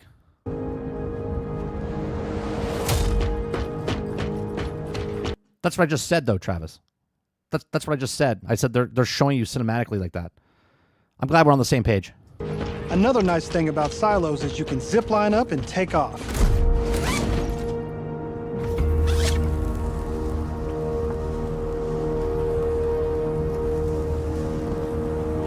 And if that's not fast enough for you, you can always pull out your personal vehicle, the Digirunner. Oh, cool. I got my own Sparrow from Destiny. Sweet. Just hop on, hit boost, and get rolling. You can customize the body, paint job, and even how it handles. And because this is Borderlands, you best believe it has guns. As you traverse, you'll encounter a host of dynamic events, from order patrols to world. It definitely feels like Destiny a little bit more, Argus. And I'll tell you what. That would be a smart fucking move from Borderlands. You might not think about it like this, right? But Destiny's not Destiny anymore. They're moving away from Destiny. And if Borderlands, now hear me out. Borderlands was the first, the looter. But then Destiny came in and made a looter. Kind of did it better, right? Now Borderlands is taking a little bit from what Destiny was and bringing it into Borderlands. Now, the Borderlands purists might not like that, but at the same time, if they can make Borderlands in the essence of what Destiny was, the open world, and you already saw the question marks and stuff on the map and different things, points of interest that are sort of there in Borderlands now, but not really there. You know what I mean? Like, if they can make this more feel like Destiny and far maybe as the shooting and the exploring and stuff like that, that could be interesting. World bosses, there's always something to shoot and loot.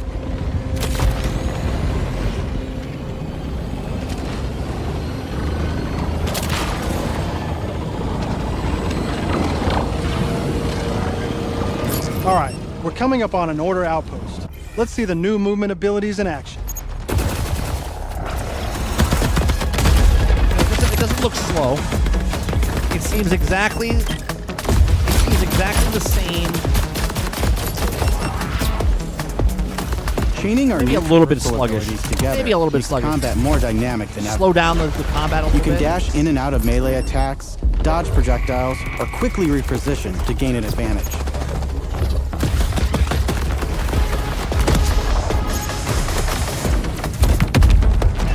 What did she do right there? Grapple hook?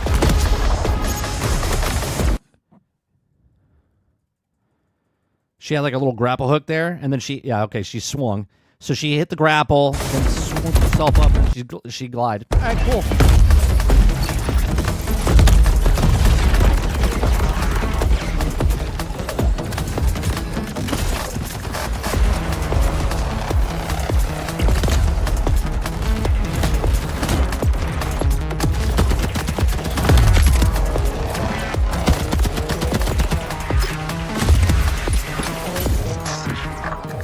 Oh, for sure, Argus.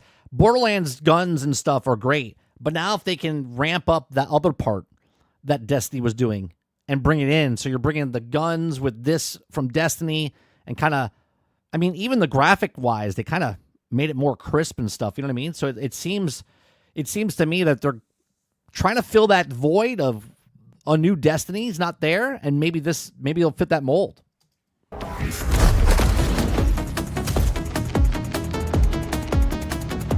Now, I know that there's a vault fragment around here somewhere, but we've got a mission to get back to. Let's pull out Echo 4 to show us where to go.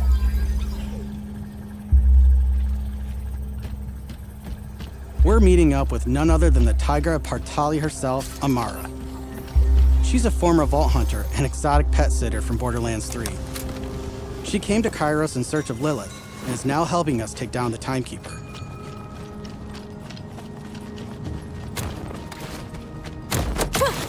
Don't you whine at me, Hermes. We'll play in a moment, huh? Ugh, you agree to pet sit for a few weeks, and the next thing you know, Looks you're good having so far. full conversations with animals. You don't use security like that unless you've got something to hide. This must be the path to the black side. Agreed. But if Lilith is on the other side, I don't mind That's who you're using, right? some property destruction. Ooh, you're special. I like the exosuit guy. It reminds me of the hunters in Destiny. Specialty. Please, be my guest.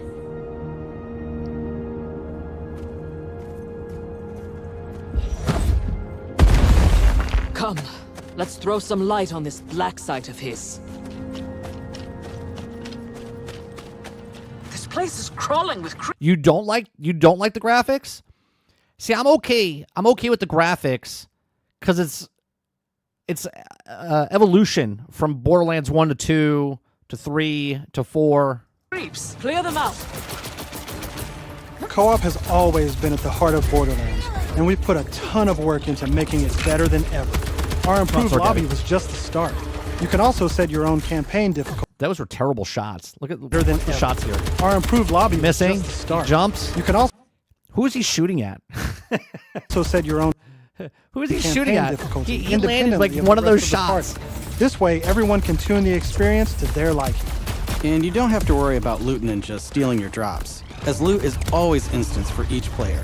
Well, that's good. They're taking from Borderlands 3 and bringing it over to Borderlands 4. Plus, if you ever get split up, you can easily fast travel to your friends. And two-player split screen returns so you can enjoy couch co-op. That's cool. Regardless of how you play, we just That should be standard in games like this, right? Couch co-op, unless you're Nintendo and you can't game share, so you're gonna have to buy 2 copies. want you to be able to hang with your buddies and have a great time. What the hell is that?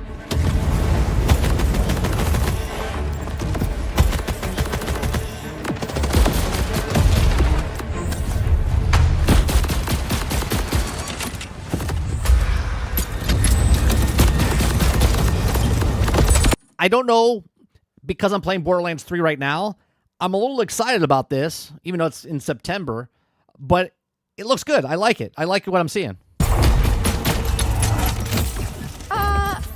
Everyone else heard the talking creep, right?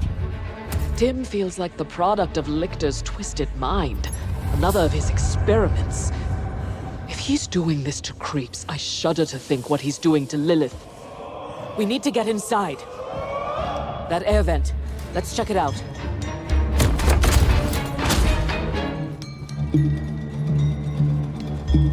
I'm not going to say day one buy yet, Travis. I got to see. If they come out and they start talking about like DLCs beforehand and pay $100 for all the extra DLCs and stuff like that, I might wait for the game to come out.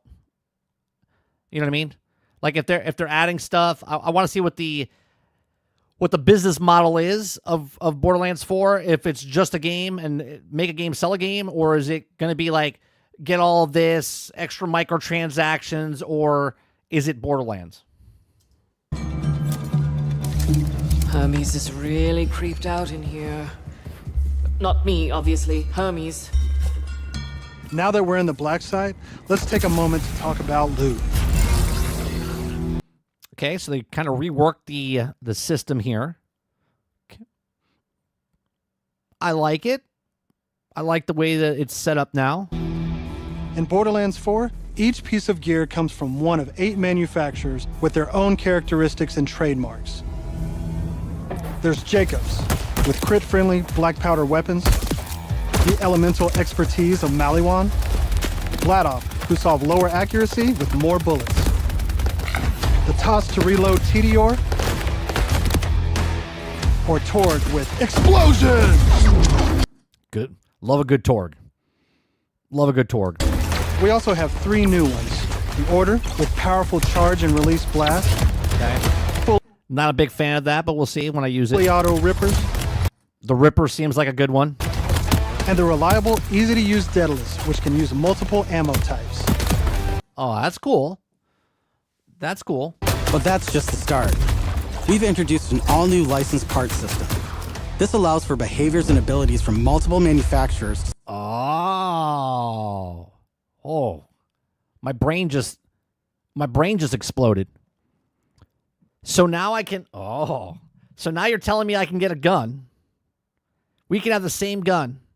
But then I can put different things on the gun to make my gun different than your gun, so that you can go for a drop and then go for a piece to add to that to make it like, oh. Yeah, I like that. I like that. Spawn in a single weapon. For instance, this flat-off assault rifle features a Torg mag, Hyperion shield. I mean, this is what I've been asking for, guys. In a looter shooter. I was like, let me make the gun that I want to make. Let me keep the gun that I want to use. Let me upgrade the stuff. Now, I have a question. If I'm a level 10, okay? If I'm a level 10, that's probably DLC, Jay Breezy. If I'm a level 10 and I have a level 10 gun, can I keep using that gun, or do I have to drop that gun and build? Because this system wouldn't really work until you're in the end game type of thing. You know what I mean? So you'd be testing out all the things, all the different pieces, and by the time you're done with the campaign, you'd be like, oh, you know what? I really like this Torg with the Hyperion, with this type of AR gun, and then you build that in the end game type of stuff. And a Maliwan elemental switch, meaning it shoots fast and explodes things. The higher the rarity, the more parts that can Wait. You cannot physically change pieces yourself. It's all dropped base. Oh, really? Let me rewind. Hold on. Torg mag in a single weapon. For instance, this flat-off assault rifle features a Torg mag, Hyperion shield, and a Maliwan elemental switch, meaning it shoots fast and explodes things. The higher the rarity, the more parts that can randomly spawn, creating wilder and wilder loot. And that's I don't like that, because now you're just taking a gun that I like, and then you're altering the gun so that gun has like 1,000 possibilities of dropping with the pieces on it. I don't like that. I don't like that. Meaning it shoots fast and explodes things. The higher the rarity, the more parts that can randomly spawn, creating Right. So if it's a legendary, now it can spawn with 4 different pieces. But if it's a purple, it does 3 different pieces. If it's wilder and wilder loot. And that's before even getting into alt-fire modes, underbarrels, and elemental damage. The possibilities are truly endless. I mean, from a game perspective, from their point, fucking amazing. From the player, okay. So let me put it this way. What's great about Borderlands? Here, let me get a. What's great about Borderlands is if I go farm a boss, and I know that boss drops a certain weapon, okay, because the weapon's awesome. But now that drops that weapon, but that weapon drops, but it's a legendary, but the legendary now has 2 different pieces on it that I don't like.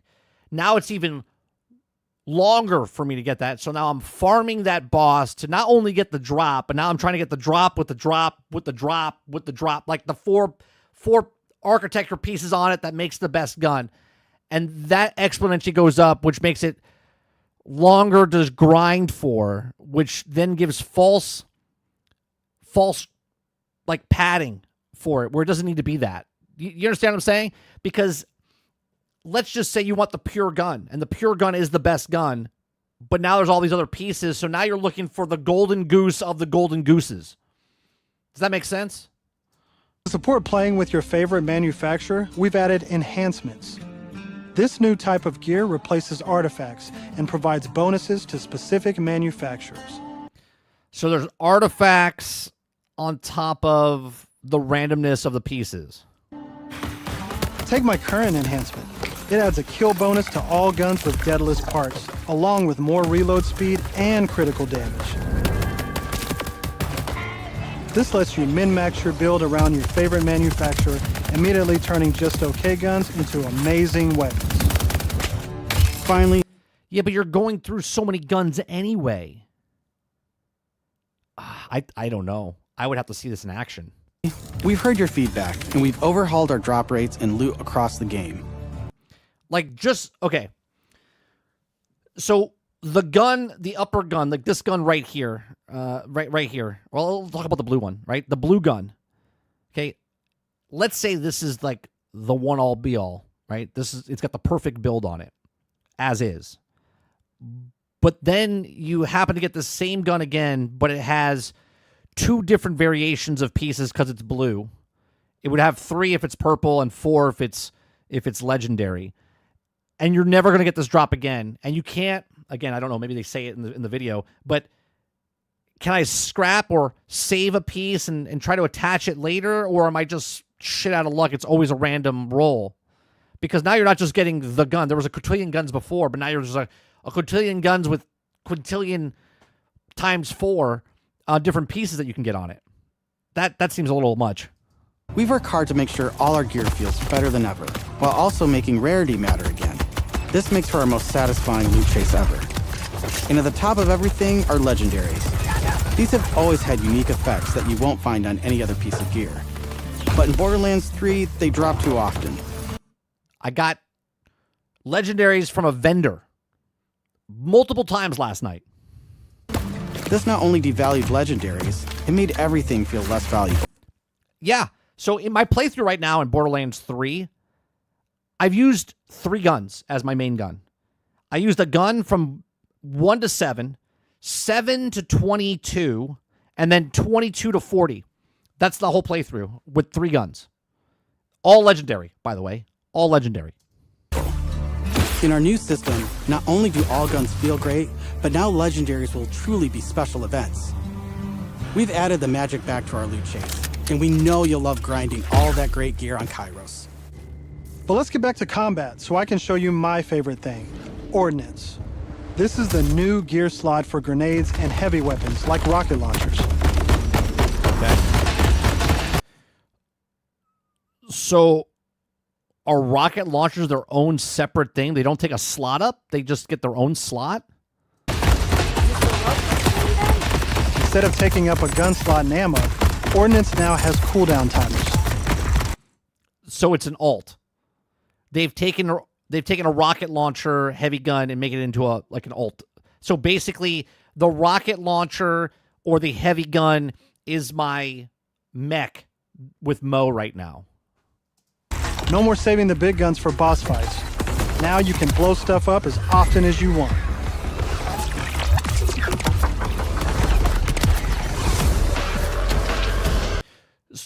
So that means rocket launchers and heavy guns don't drop in the loot pool, which is why they added the bits and pieces for the other guns. So now instead of having, 10 guns, there's 7 guns, and the 3 guns that were heavy or whatever are now automatically get at a certain point in the game.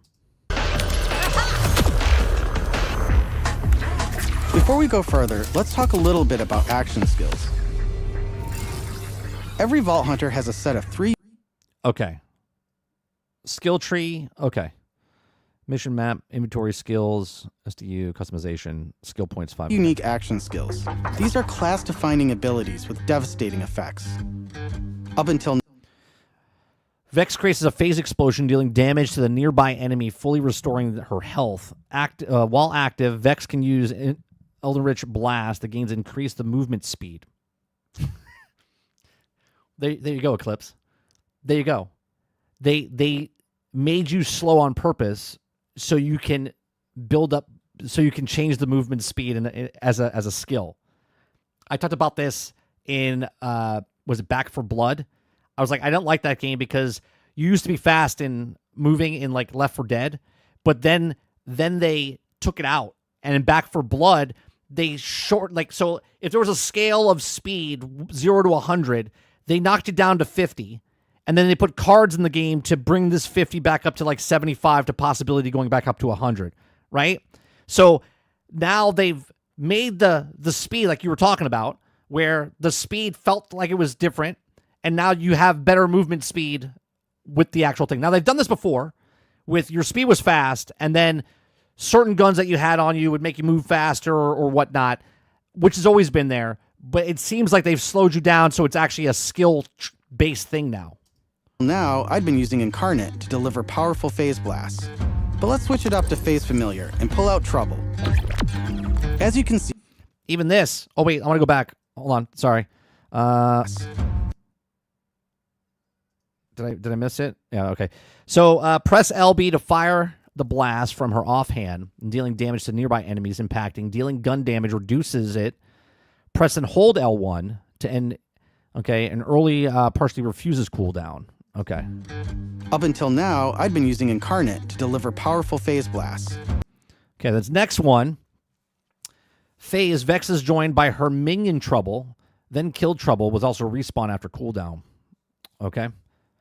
Will also respawn Trouble in the currently dead. So you have a beast. But let's switch it up to Phase Familiar and pull out Trouble.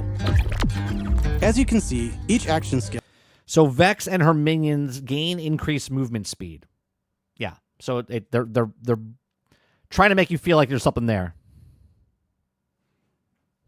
Has its own branching skill tree, giving you more build freedom than ever before. On top of passive skills, you can further customize action skills with augments. Here's the difference. Here's the difference if you guys are talking about like the movement speed. Before, your movement speed was everyone in the game was at, let's say, 100. And then when you had a gun, it would kick you over 100. It would be like 110, 120 speed. You know what I'm saying? What they've done now, again, what it seems like they've done now, they've lowered the speed. So now you're at 60. And then the bonuses that you get you back up to 80. And then if you put a certain gun on, now you're at 90. Do you see what I'm saying? You're not gonna feel, by the time you have all the movement speeds on you, you might feel as fast as you were in the past games, if that makes sense. And capstones. These are socketed enhancements that add new behaviors and functions to your action skill. All right, hold on. Enhancement. Command skill, press and hold L1 command Trouble to explode himself, dealing ordnance damage. That add new behaviors and functions to your action skill. Different builds completely change how combat plays out, resulting in near endless freedom to experiment. You can swap unlock augments or capstones on the fly, or completely respec your skill trees at hubs around Kairos. Okay. This gives us a chance to talk about traits. Vex's attitude and also element type of her current gun, converting all action skills and melee damage into that type. Okay. Each Vault Hunter has a unique passive ability called a trait. For Vex, her action skills attune to the element of her equipped weapon. So by swapping guns, I can change Trouble's damage from kinetic to shock, fire, or any other element.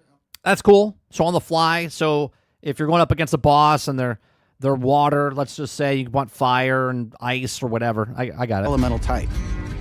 And also, you can pet the cat. Oh, fantastic. Is there fishing? Is there fishing in this as well? Dead end. Or is it?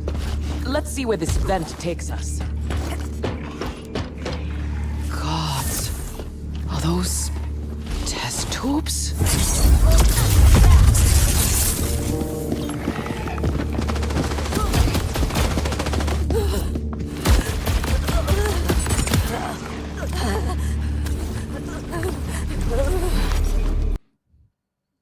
with the moaning?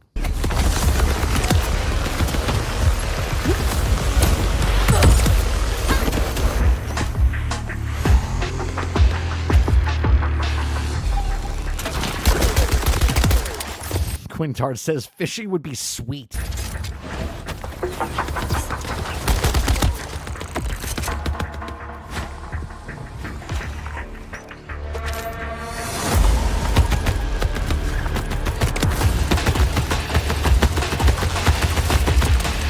I'm down.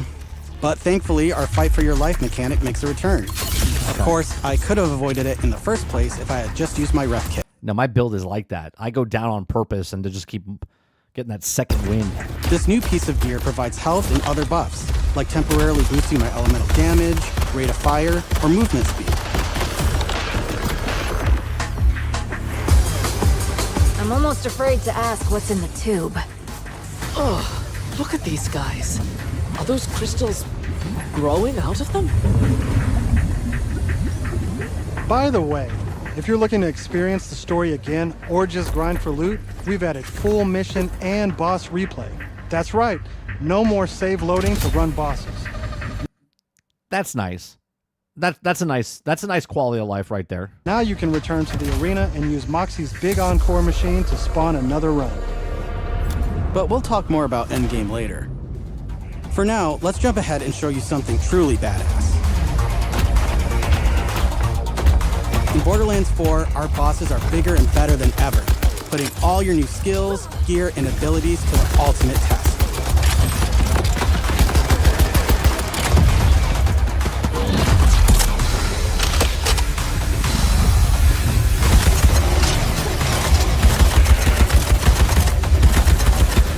Whoa. Spoilers.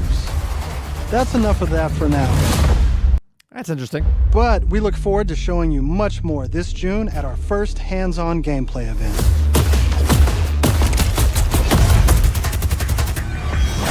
And from everyone at Gearbox, thank you for joining us.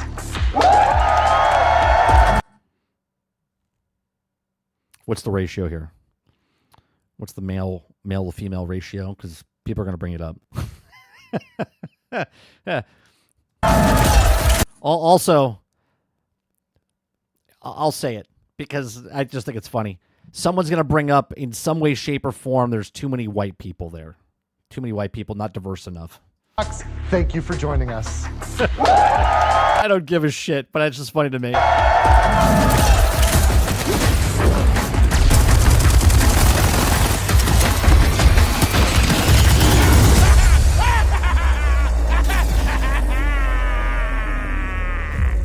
I'm not excited. I'm not excited. I'm skeptic a little bit. The gun system sounds like it would be good when I thought you could meal piece it together. But because it's randomly generated on the guns and you can't do anything with it, that brought my excitement way down as far as the gun system goes. I think it is cool that they've added that into the game, but I would like to see more of it. Like, I would like another stream, and they said in June they're going to do it.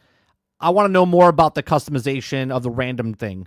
Again, if you have a gun, and the gun is the gun, and that drops, and it has a 1% chance of dropping from a boss, and it's the perfect gun, right? In old Borderlands, it'd be like, if you get this gun, you have the gun.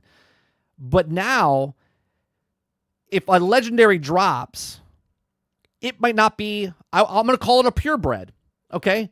The purebred gun, which would be the gun with all the same parts on it, which would be a purebred, okay? Now you're not getting that. You're getting a mutt weapon, okay? All right, so you're getting a Mod Podge of different bits and pieces on the actual gun now. So now you getting a legendary gun that's not a pure drop, which would be like, I would assume, the best. Other ones could be good, right? 1% is that's generous. But you don't understand what I'm saying? Like, if that legendary drop, not like in Borderlands 3, where a legendary drops, it's a drop. Now think about that. If a legendary drops, but it's not dropping in its purebred form, and it's mixed, match, hodgepodge of different pieces on it, Yes, that gets me to go back and farm the beast or the boss or whatever. But what is that percent of getting a purebred full on gun that you want to have? And that to me is like this fluff that doesn't need to be in the game. It was already an astronomical drop to get, and now it's astronomical to get that gun, because it's going to be super hard to find a legendary with all of the pieces that belong to that legendary.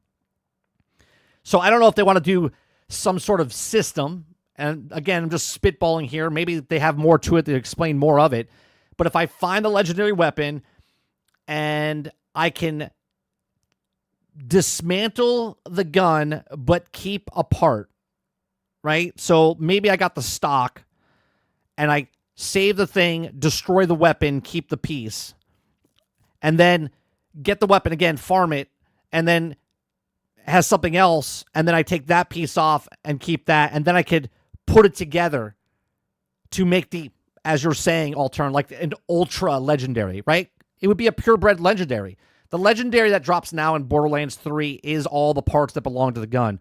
But now in Borderlands 4, it's going to be super rare to get a legendary with all of its same parts on the gun.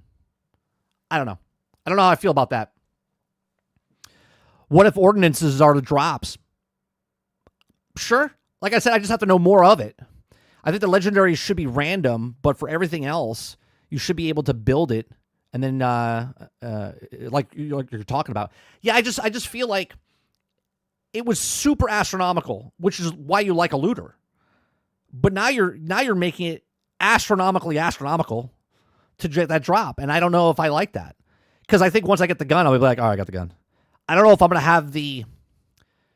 Again, I'm speaking for me personally. I'm not speaking for everybody else, right?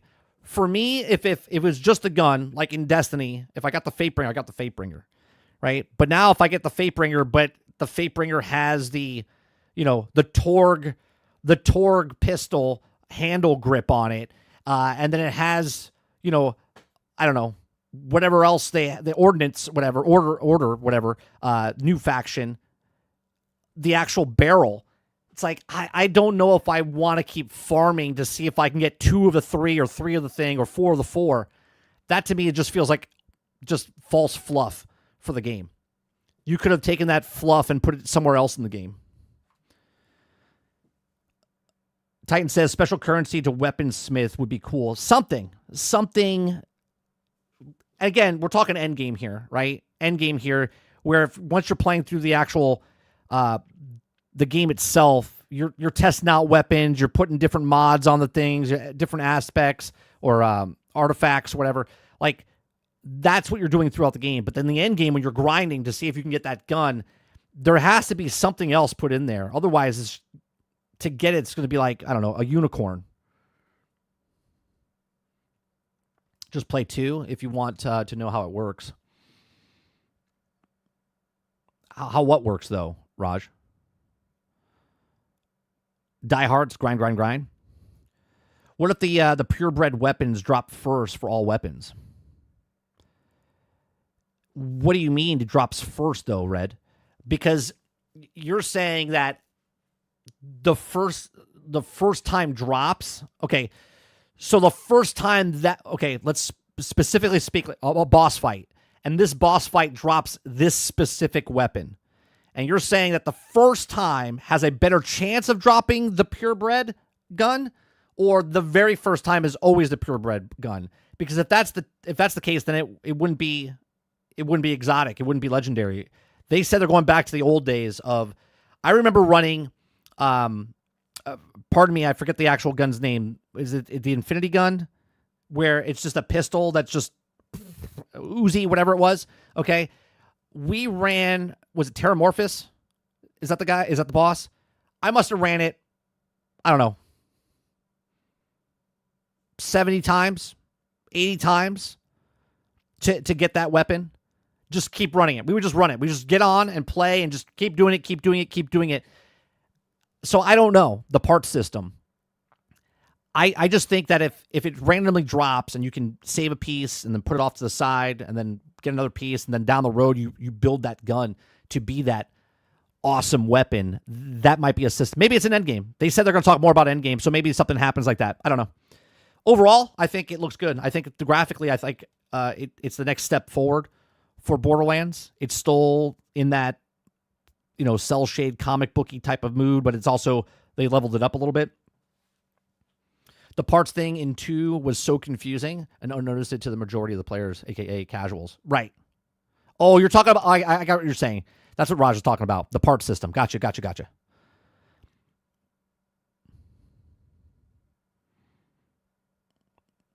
Borderlands 4 greater than Marathon. Well, they're two completely different games. Two completely different genres. It's like, I'm playing a first-person shooter, or am I playing a real-time strategy game? Like, two different things. If you like extractions, you like extractions. If you don't like extractions, you're not gonna. This loot system is completely different than an extraction loot system.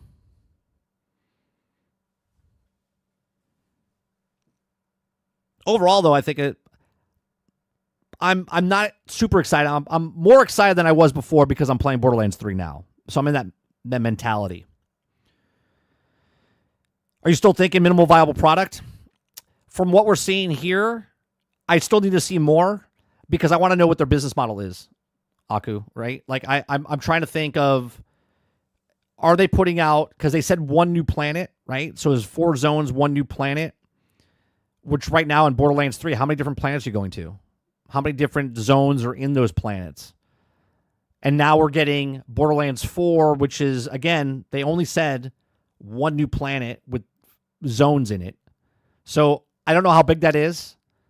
Is this going to be obviously Borderlands has always been the DLC down the road type of thing. So I'm not worried about like are they going to have DLCs? Yes, they're going to have DLCs. But are they going to make this a minimal viable product where it's very little in the beginning? I'm going to say like 20, 30 hour campaign or whatever. You're going to run each character. You're going to run what you're going to run. But there's not very many different zones or planets. And then all of a sudden they're going to sell you on the planets or battle pass, season pass. Like they add maybe a new planet every season or something like that. Again, I don't know if they're doing that. I would have to know more about it. Let's see here. Even Arc Raiders is a different type of experience for Marathon as an extraction shooter. Yeah, right. The extraction compared to another extraction are completely different. Let alone compare a looter shooter to an extraction.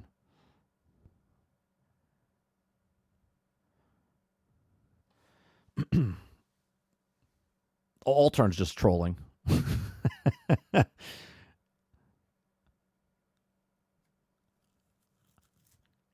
You know what I'm saying? Like if they're giving us the game and it's 1 planet and 4 zones in that planet and that's the game. The game is a game. If you make the game and sell the game like that, cool.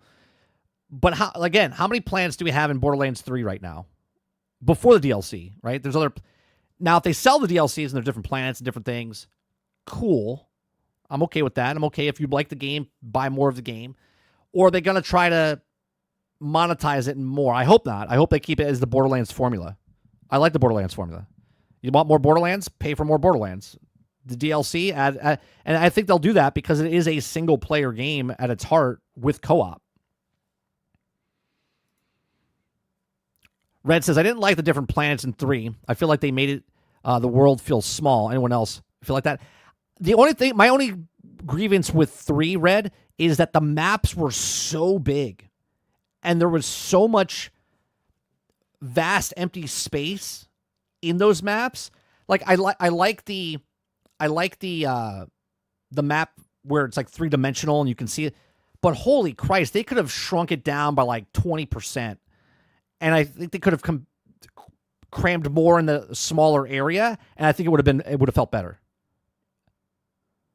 We haven't played the DLC yet, right? So if someone's telling me like the storylines and the stuff in DLC is better than the actual main campaign. Wasn't a big fan of the campaign. We finished it last night.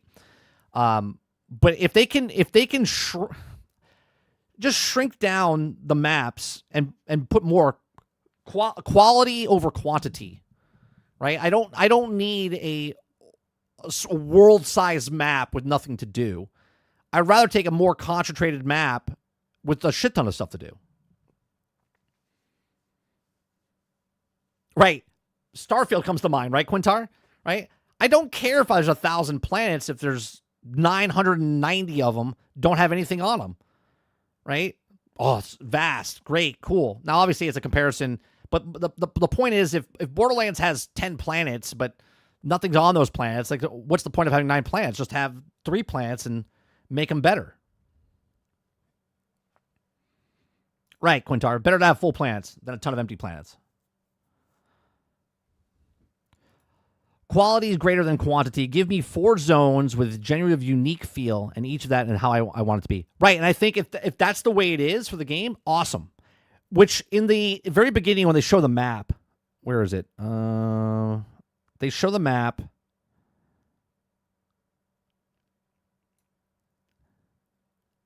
Fast travel to the silo. And as a bonus, So obviously there's points of interest on Borderlands now, right? If you accept the quests and stuff like that now, again, I don't know if they have accepted the quest, but it looks like there's points of interest. There's question marks all over the reveal place. the approximate location of a vault key fragment. Right?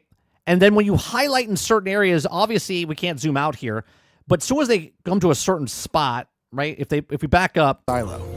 And as they a get to a bonus, certain spot, it's revealed the approximate location of a vault key fragment. it highlights the zone, right? So there's a bunch of shit going on in that area. And when they We go can collect down, these fragments to unlock a see, it unlocks the other zone.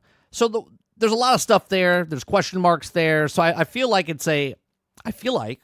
from just looking at what they did, there's more stuff to do than go talk to this person over here and then see if what's going on. It's more of, oh, there's a question mark over there. Let me explore myself in those zones. I feel like they're doing a good thing here with the one planet, couple zones, more than giant fucking maps with nothing to do.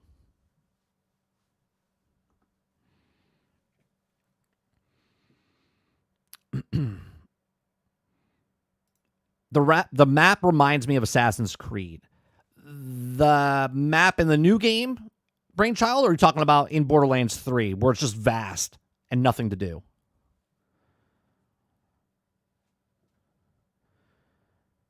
Borderlands 4, greater than Oblivion.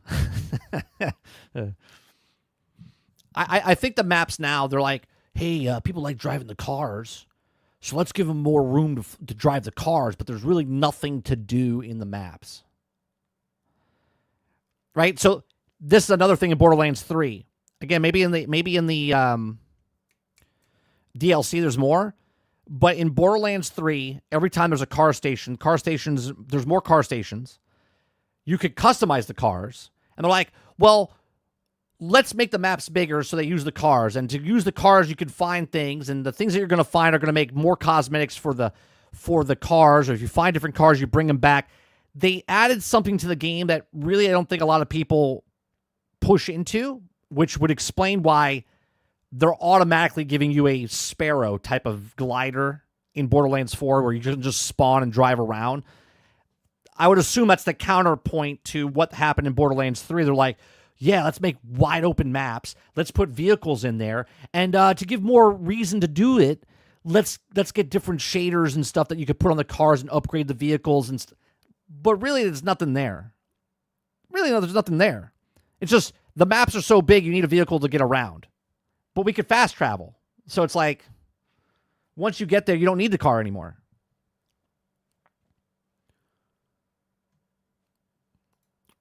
Raj says, this reminds me of we can swim now in this game. Ooh, okay. Borderlands 4, the fog of uncertainty and opening areas up with the points of interest. Right. I think this is much more reasonable, I guess. I'm hoping that's what it is. Raj says, meh. Oblivion is another cash grab. I wouldn't say it's a cash grab. They really overhauled that game.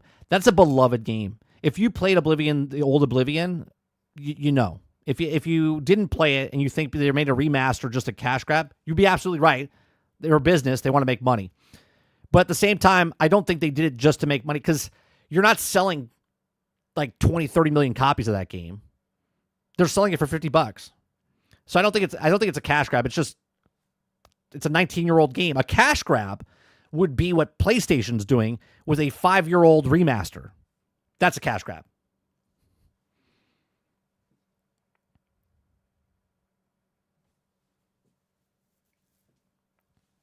That's a cash grab. When you're making remasters of games that, you know, are just a couple years old, that's a cash grab. If you're making a remaster of a 19-year-old game, I don't know, a little different. Right. A remaster of a remaster. You're telling me that the remaster of the remake of The Last of Us is a cash grab? So just saying that out loud, I'll turn. Just say that out loud. A remaster of the remake is just so ridiculous. Sarge says, the Oblivion remaster is for the kids that never played the older Scroll series. Right, and they never would because the graphics are so trash for the now crowd that they would never go back and play that game. They would never go back and play that game. But now they would.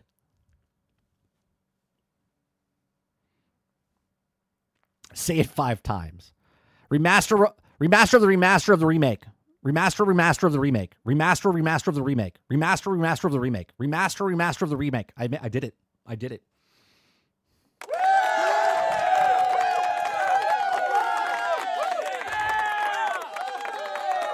I did it.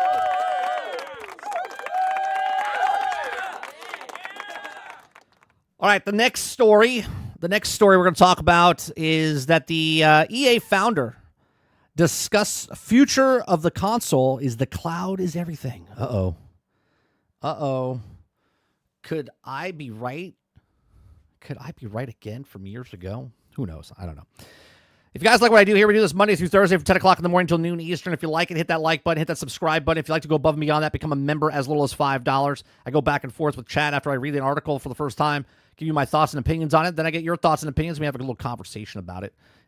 Again, hit that like button. It helps us push out to other people. We're trying to get to 3,000 subscribers. It's going to be really hard because we go up and then we go down. We go up and we go down. It's like a roller coaster. All right, so EA founder discuss future of console. The cloud is everything.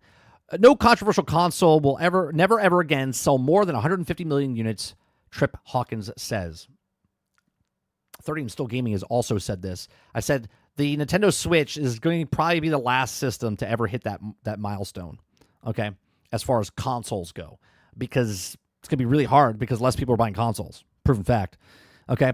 So it says, with the Switch 2 set to usher the next big console, launched in June of EA, founder Trip Hawkins has commented on the future of gaming consoles. In a blog post, Hawkins said that he predicts cloud-enabled technology to dominate going forward, predicting that the days of controversial consoles selling 150 million units are over. Man, I mean, if he's predicting it, he's supposed to be a smart guy, huh? I don't know. So, quote, as for the next generation of consoles, we're now in a glide plane where the cloud is everything and will be far more convenient to have rack-mounted GPUs in data centers than try to convince the public to buy more consoles at higher prices. Then they have the past, he said. He says, we'll never see another controversial console sell 150 million units like the PlayStation 2 did, as the Switch did. He should have said, as the PlayStation 2 and the Switch and the 3DS, or was it DS? I think it was the DS.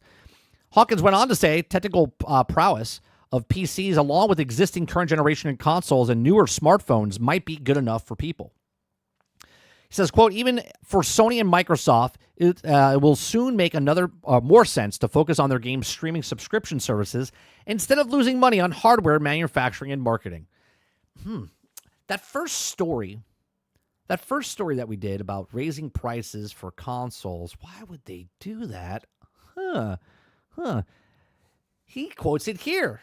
Even for Sony and Microsoft, will soon make more sense to focus on the game streaming subscription services instead of losing money on the hardware.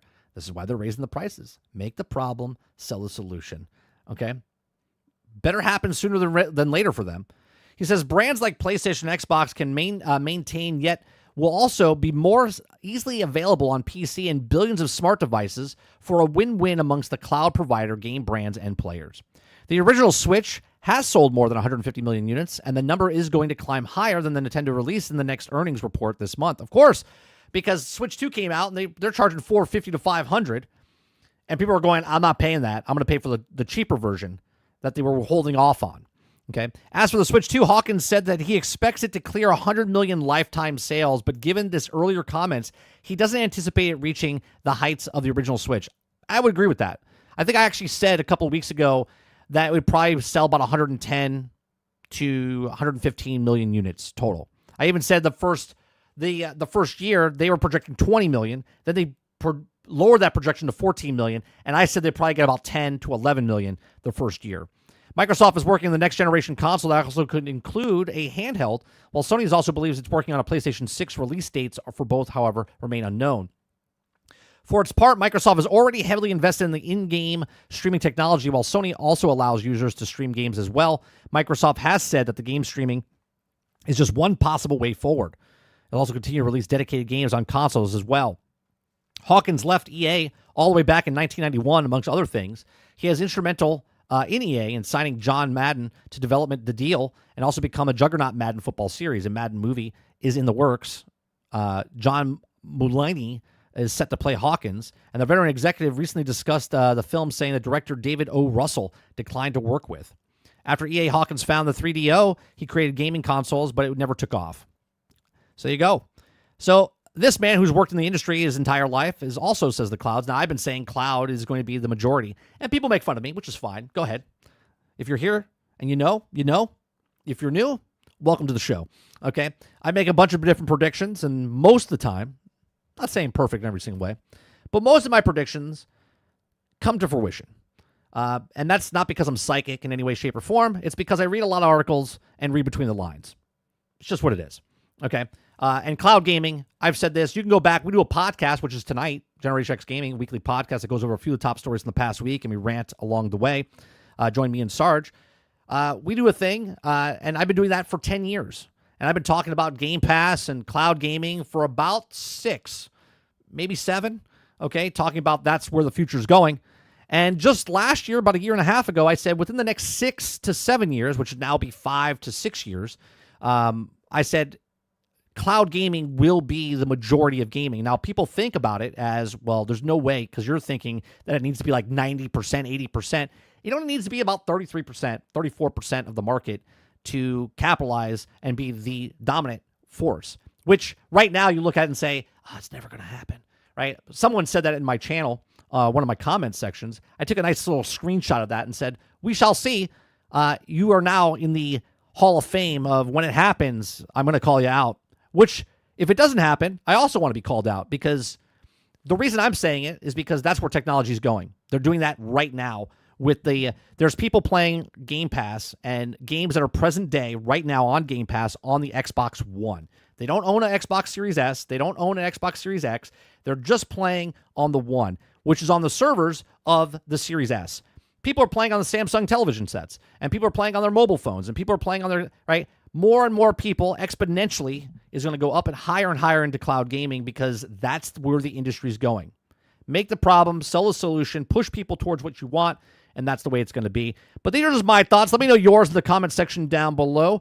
What do you think about cloud gaming? Do you think that Hawkins here says the future of consoles is cloud everything, and that no console will ever break the 150 million console mark ever again? Let me know in the comment section down below. Again, please make sure you share, like, subscribe, and if you like what I do here, check out some other videos. Thanks for watching.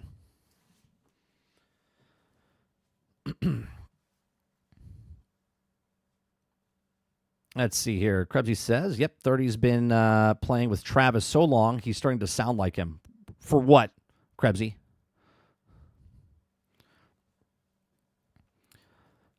Sarge says, all this means is the internet infrastructure must improve for the mass cloud gaming to be a reality. Sure, and that's what they're doing.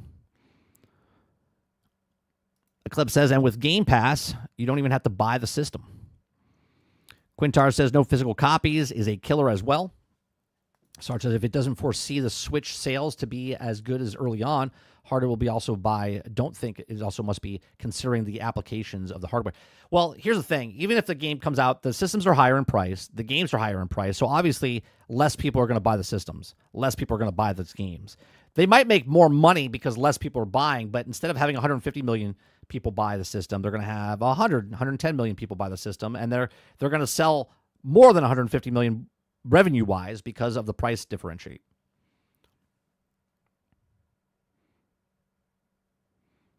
Gamer says, I think the Switch will do. Why was the analyst, I forgot his name, said that the service has been flattening? So what service has been flattening? The Game Pass? The cloud? People keep telling me that consoles sell more today than they did in the past, which is just false. There's been more analysts and analytics that talk about how consoles, like if you take Nintendo, PlayStation, and Xbox and add them all together through each generation, since 2008, they've gone down. The total console sales, not just for Microsoft, not just for PlayStation, not just for Nintendo, all of them, consoles being sold. There's less consoles being sold every single generation since 2008, right? More gamers, less consoles being sold. Why? Because people are playing on PC, people are playing on mobile phones, people are playing on tablets, whatever it is. Subscription services are up across the board.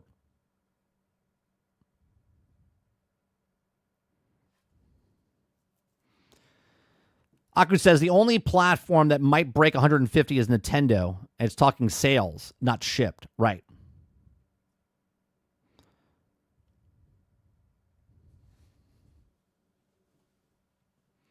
Krebsy says, you saying, quote, could I be right? Could I be right? Again, from years ago. Sounds very Travis to me. Not saying you're wrong. It's just the way you said it. It was funny. Next you will say Elden Ring sucks. Well, no, that's not going to happen. That's not going to happen.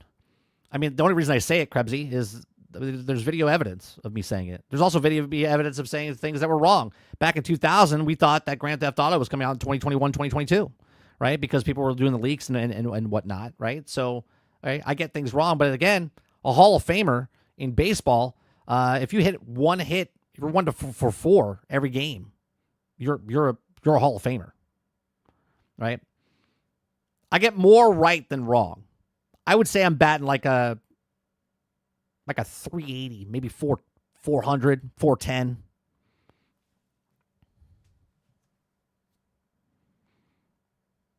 Warbird says 30. If you have time, I just posted an article by your guy Tassie in Submitted Stories. Not sure if you went over the article. Let me see. Is it the one he had one yesterday about? Was it yesterday or 2 days ago? It was 2 days ago about Marathon. Oh, this one's about Arc Raiders. Yeah, we'll read it. Why not? Why not? Let's do it.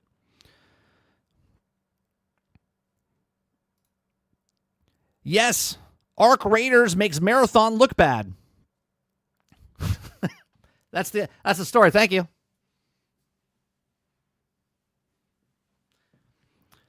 It says, yes, Arc Raiders makes Marathon look bad. It says it's unproven trend at this point, but the new race towards live multiplayer games appears to be a genre of extraction shooters. And this week brought an unusual situation with 2 upcoming 2025 extraction games, both running closed alphas and so far excelling different reactions. These 2 games, as you can guess, are Bungie and Marathon, also Embark Studios' Arc Raiders, both entries in extraction genre that are allegedly being released in 2025. Marathon has a date of September 23rd, but as of now, Arc does not. Wouldn't it be great if they released like a week earlier? Right? They just make it a week earlier. Okay? There's no getting around it. The reaction of Marathon Alpha has mostly been mixed and underwhelming. The initial reaction of Arc Raiders has been visibly skewed more positive. So what's going on? Simply put, Arc Raiders is a much more traditional extraction shooter in the vein of Tarkov, but at least somewhat more accessible and better looking, giving it its 2025 release. It's a Fallout-esque concept, scavenging and ruining wasteland populated by hostile robots and any other players. And at its core, scuttle around, harvesting materials and weapons in an attempt to extract by going down, not up, either avoiding or killing enemies along the way or being killed, of course. It's not going to be a traditional extraction things, custom characters, crafting, a proximity chat at home base of sorts, and it just plays much more like a traditional extraction shooter with the grounded combat. Add this with some sort of great visuals and truly fantastic design, and not mystery of why this positive reception is occurring. Okay, that's Marathon. not Arc. Marathon has ditched a lot of this of attempt to be unique, but it's also in many ways it doesn't feel like it's in that case, taking a hardcore elements Extraction players want, while also perhaps not being all accessible to the wider player base they want to attract. The opposite is true here. It says hero characters, not custom ones, no proximity chat, no crafting, and importantly, no solos at launch, which I think is a stupid move, which is something that Arc Raiders does have. Community conversation with Bungie are not terribly promising, saying that it'll get around to things like proximity chat and solo eventually, but not for launch, as either for urgent priority or according to them. Look, minimal viable product. Talked about it. Bungie's MO, man. That's what they do. Minimal viable product. Make it something, put it out, we'll fix it later, and let's make all the money. They try to trick you into getting certain things and then waiting for it to happen. Sorry, not me. Okay, the end result here is an odd mix of traditional Extraction elements, slow-moving looting, and stamina roadblocks, but pairing with an often Apex-like firefights with less mobility and often pairs uncomfortably. The Marathon Alpha feels less polished and more feature-light. All the claims are early as a closed alpha, open beta, early access, preview program, full launch, doesn't matter. It's going to be in the same state. Besides, graphically, it might be updated, okay? Match up with the fact that Arc is also doing a closed alpha, which seems more substantive and finished, okay? And also likely to be out a good bit after Marathon. It's not pushed, if not pushed to 2026, but Marathon launches in 6 months. The expectations are also not comparable. Marathon has been in development for 6 years, and this will be Sony's biggest upcoming live service game after strings of cancellations of failures. And of course, its famed shooter maker Bungie's new IP after massive hits like Halo and Destiny spanning 20 plus years. Arc's Embark has the same amount of devs in the entire studio as are working on the Marathon at Bungie, around 300. But a portion of those are managing the finals. And the studio's also other multiplayer game that's not to be in talks of the town these days, but boasts a consistent player count, which many may not realize. The reception here is almost night and day. There's no telling if the Arc will also be sure to be a hit or if Marathon will be sure to be a failure. It's not that simple. But observing how this has gone, it's impossible not to compare the two and say that it's also been a much better week for Arc. I said this a couple weeks ago when we were talking about Arc Raiders and other extractions. I said that I feel like we have another head-to-head here like we had with Overwatch with Battleborn. Battleborn I thought was a better game as far as what it was doing, but they just got destroyed because everyone was focusing on that MOBA aspect of it. And Overwatch did a better job with the PvP type of stuff, where I think Battleborn was supposed to be the PvP, and then the story was supposed to be the light part. But to me, the light part, which was the PvE stuff, was better than the PvP part. Well, one succeeded and one didn't. One became a massive hit and is now struggling against Marvel rivals, and the other one is a coaster. That's what it is, okay? That's what I feel like is happening right now, right? Two similar type of games coming out. Arc Raiders, Marathon. There's other extractions coming out as well, but I feel like these two are the big two in the ring. And one of them is going to succeed, and one of them is going to fail. But I think both of them are going to fail in the long run, to be honest. Because I just don't think there's this much of a market for 15 extraction shooters to be in the market. And right now, I think we have 5, okay? And then you're going to add another additional 5 or 7 within the next year, and there's not a market for this. They think there's a market for this, but there's not a market for this. There's a very niche market for this, and that's why Marathon's trying to make it more approachable. This is why they're trying to make Marathon a more casual, but say the word out loud, casual extraction. They don't go together. Extraction is more hardcore. You're not getting casual extractors coming in. They might test it out, but again, if Arc Raiders is free to play, and I don't know if it is, chat, let me know. All right, and Marathon's $40. Well, I can tell you who's going to win right off the bat. All right, because obviously I could try Arc Raiders if it's free, but I can't try Marathon. So we'll see what happens there. If Arc Raiders comes out and it's $40 and Marathon comes out and it's $40, well, then it's at least a fair game there where who's going to buy what? Because they're definitely not going to buy both. They might buy one, play it for a little bit, return, and then get the other one. But they're not going to do it. Or they'll try to get in the alphas, test it out, and know what they're going to buy ahead of time. But these are just my thoughts. Let me know in the comment section down below. What do you think? Do you think that Arc Raiders will come out ahead of just Marathon, or do you think Marathon will come out ahead of Arc Raiders, or do you think none of them are going to succeed and they're all going to kind of just go away? They'll be here for like a week or two, and then no one will talk about them. Let me know in the comment section down below. Let me know in the live chat. What do you guys think? Arc Raiders or Marathon? Which one do you think? Which one are you more interested in? Please make sure you share, like, subscribe, and if you like what I do here, check out some of our videos. Thanks for watching. Krebsy says, I think Marathon needs a delay. Even if it's delayed, I don't even think you can give them another 8 months. I still think they're going to come out where they still need more time, even with the delay.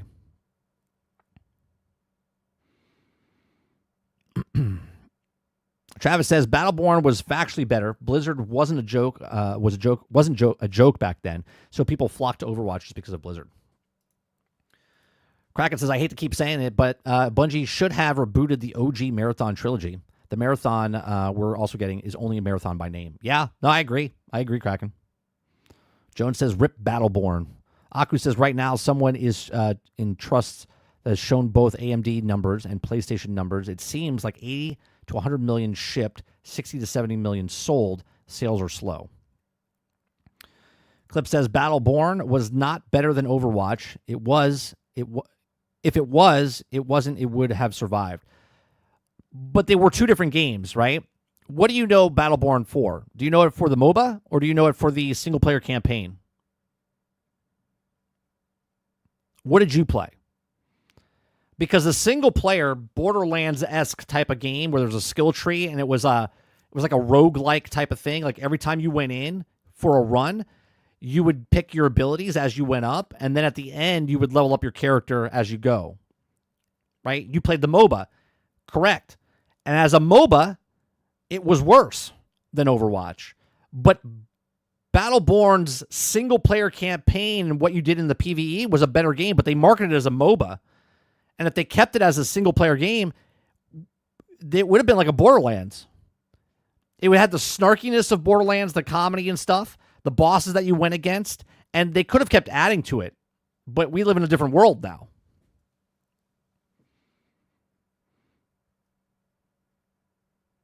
Z says, Internet states Arc is moving from free to play to 40. Internet states that Arc is moving from free to play to 40. Interesting. So nobody wants to sell anything. Nobody wants to sell the extraction shooter. They're like, oh, let's get on the $40. All these people that want to play extraction shooters, if they're playing extraction shooters, I hate to tell you, they're already playing an extraction shooter, which has probably been out for years. And if not, it's been out for months, and they're probably doing better things than these games will do at launch. Travis says, Overwatch is known for being Blizzard. That's it. I mean, I guess.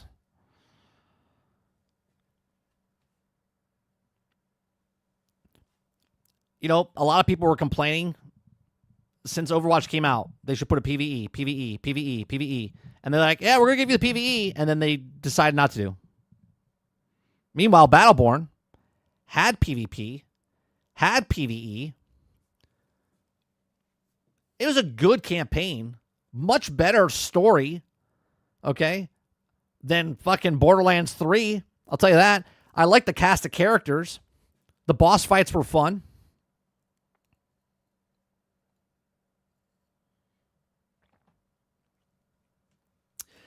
Look at these. Let me bring it up.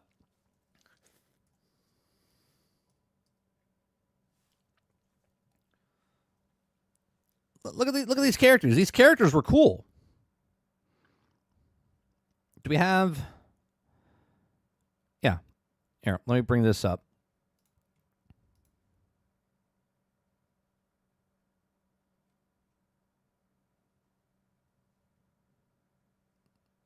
Right? These cast of characters, they were great. Cool designs, cool abilities. I used Oscar Mike a lot. Okay, I also used Wrath. He was cool. Right? And they added more characters. It was a good game. And then they just fucked it up, right? Wasn't there a squirrel? Was it a squirrel or a chipmunk with a mech? Am I thinking of the right game? Could have sworn there was like a chipmunk with a. Is that Concord? No. Don't insult Battleborn with Concord. There was. Yeah. Here's the characters they had. They have a list here. Yeah, there was a lot of characters. Like, look at this. There was a lot of characters in this game.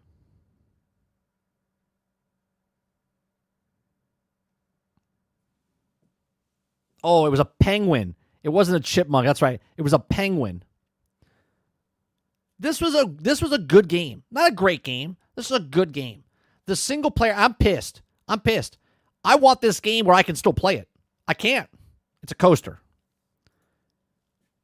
You put this. Listen here. Listen here, Microsoft. You get the rights. You pick up the phone, Phil Spencer. You listen to me. All right? This is a good deal. This is a good deal. You pick up the phone. You call them up and say, boop, boop, beep, boop, boop, boop. Zelnick. Phil. Yeah. Battleborn. We're thinking about putting it on Game Pass. Just the single player aspect of it. What do you think? It's like, it's a fucking dead. It's dead, Phil. We're not bringing it back. I'm using it as a coaster right now. It's a coaster, right? Phil's like, come on. I'll give you $250 million for it. He's like, all right, go ahead, put it on Game Pass. Thanks, Phil. Right? Like, what are we doing? This right here is a perfect game for Game Pass. Perfect game for Game Pass. It's perfect. It's perfect for Game Pass. Get it done, Phil. Get it done. Bring me back single player co-op Borderlands-esque experience with Battleborn on Game Pass. Worth it right there. You could throw it. Galactic came back. Galactica, this fucking game. What was it called? It was Galactica, right?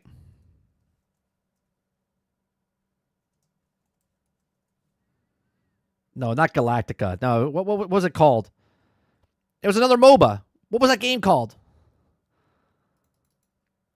Galaga? No, fucking not Galaga. Galaga was the fucking plane, the old arcade. What is the Galaga? Galaga? The hell was it called? It was a MOBA. No. It came back out recently, and they charged like $20 for it. The hell was it called? I can't think of it now. Anyway, that's back out. And that bombed when it came out. No, not Gauntlet. It had like animal creatures, like animals that like bows and different things. It was a MOBA. Had like a fox, had like a bear. The hell was that called? Gigantica. That's it. Thank you. That's it. This game. Right? This game right here. This game came back out.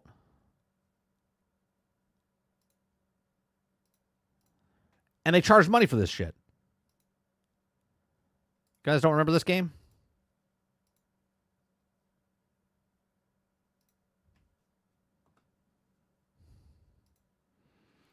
This is back out.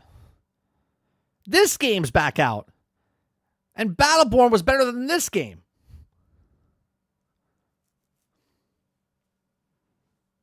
I only played good games. This game is back out. Closed for 6 years and then brought it back. And yet Battleborn doesn't exist. The injustice for Battleborn.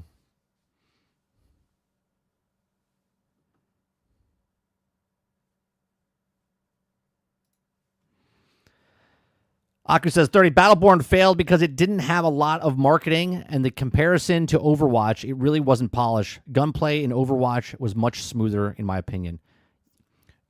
you're looking at the MOBA aspect. I'm looking at the single player aspect, right? The gunplay in the single player aspect, and there's games out right now like RoboQuest, okay, where you go in and you level up your abilities as you play the game. It's your run. It's a rogue. That's what the single player was. It was a rogue that you went in and played and leveled up your characters as you played. And you got experience, and then you would take that experience and then throw it into your overall character experience. No one played the single player aspect. They all played the MOBA, and they're like, this is a terrible MOBA. And I'm like, the fucking game is the single player PvE. They thought the game was the MOBA, and I'm not talking about the people. I'm talking about they sold it as a MOBA with PvE story. Like, oh yeah, you can play the MOBA, but there's also the PvE. The game was the PvE. The storytelling, the character stories, all the different characters. Like, you're talking about a game, there was more people in... How many characters were in this game? We got 2, 4, 6, 8, 10, 12, 14, 16, 18, 20, 22, 24, 26, 28, 30 characters. 30 characters in Battleborn. And yet, Overwatch got to 30 after like 3 years. I think there's like 40 characters now.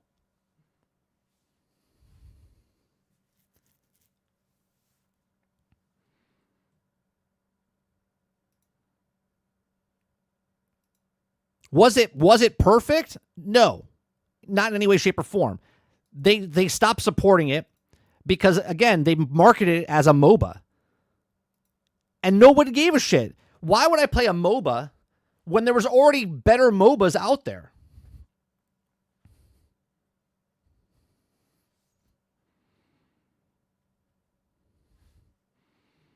Travis says 40 characters in Overwatch 2, and 4 of them are good.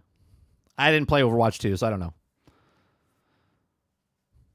Such a mistreated game for the single-player aspect of it.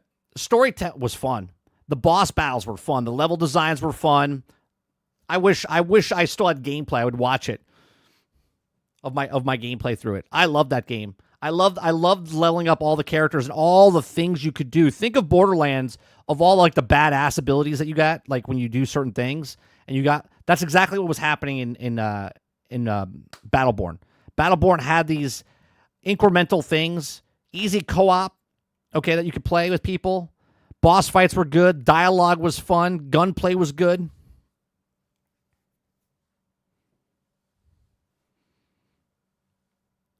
I would take a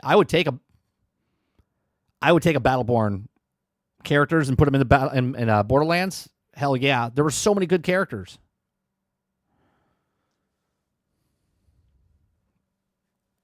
When they add PvE to Rivals, kiss Overwatch 2 goodbye. I'll laugh my ass off when they do it. Not if they do it, when they do it.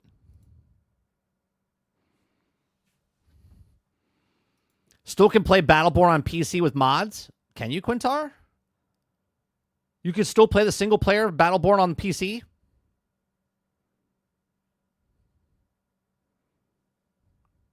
You, sir, just interests me because I love grinding. I love grinding in that game for that. My Oscar Mike was so high leveled.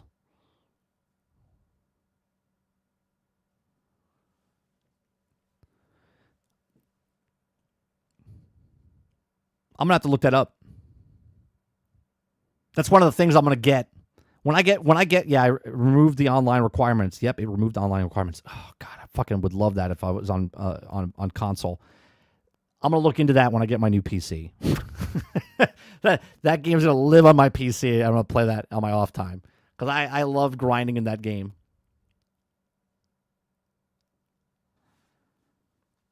All right.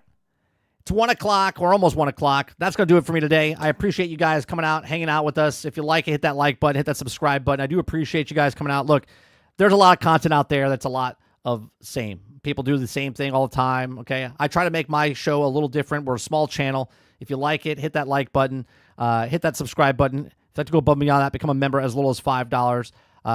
Appreciate it. We'll be back tonight, 8 p.m. Eastern, right here on 30 NSG and over on 30 and Still Gaming over on Twitch as well.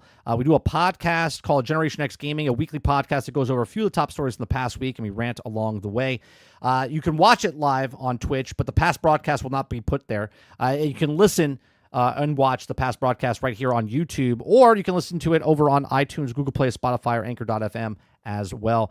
Appreciate it very much. You guys have a great rest of your day, and we'll see you guys on the next one. Peace.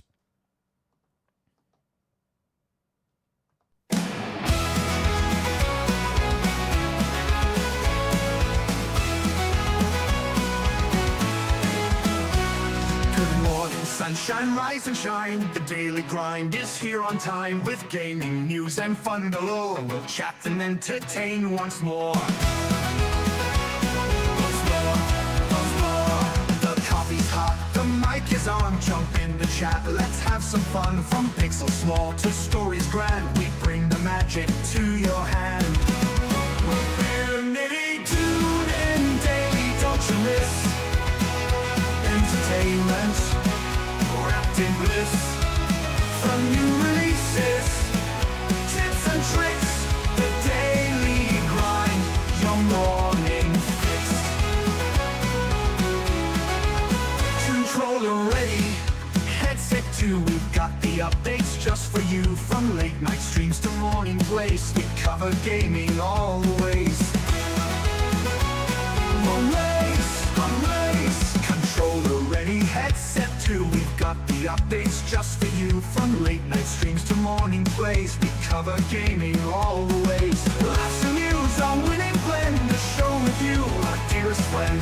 Comments rolling, chats arrive, the daily grind, 5-star vibe. Tune in daily, don't you miss entertainment wrapped in bliss. From new releases, tips and tricks, the daily grind, your morning fix.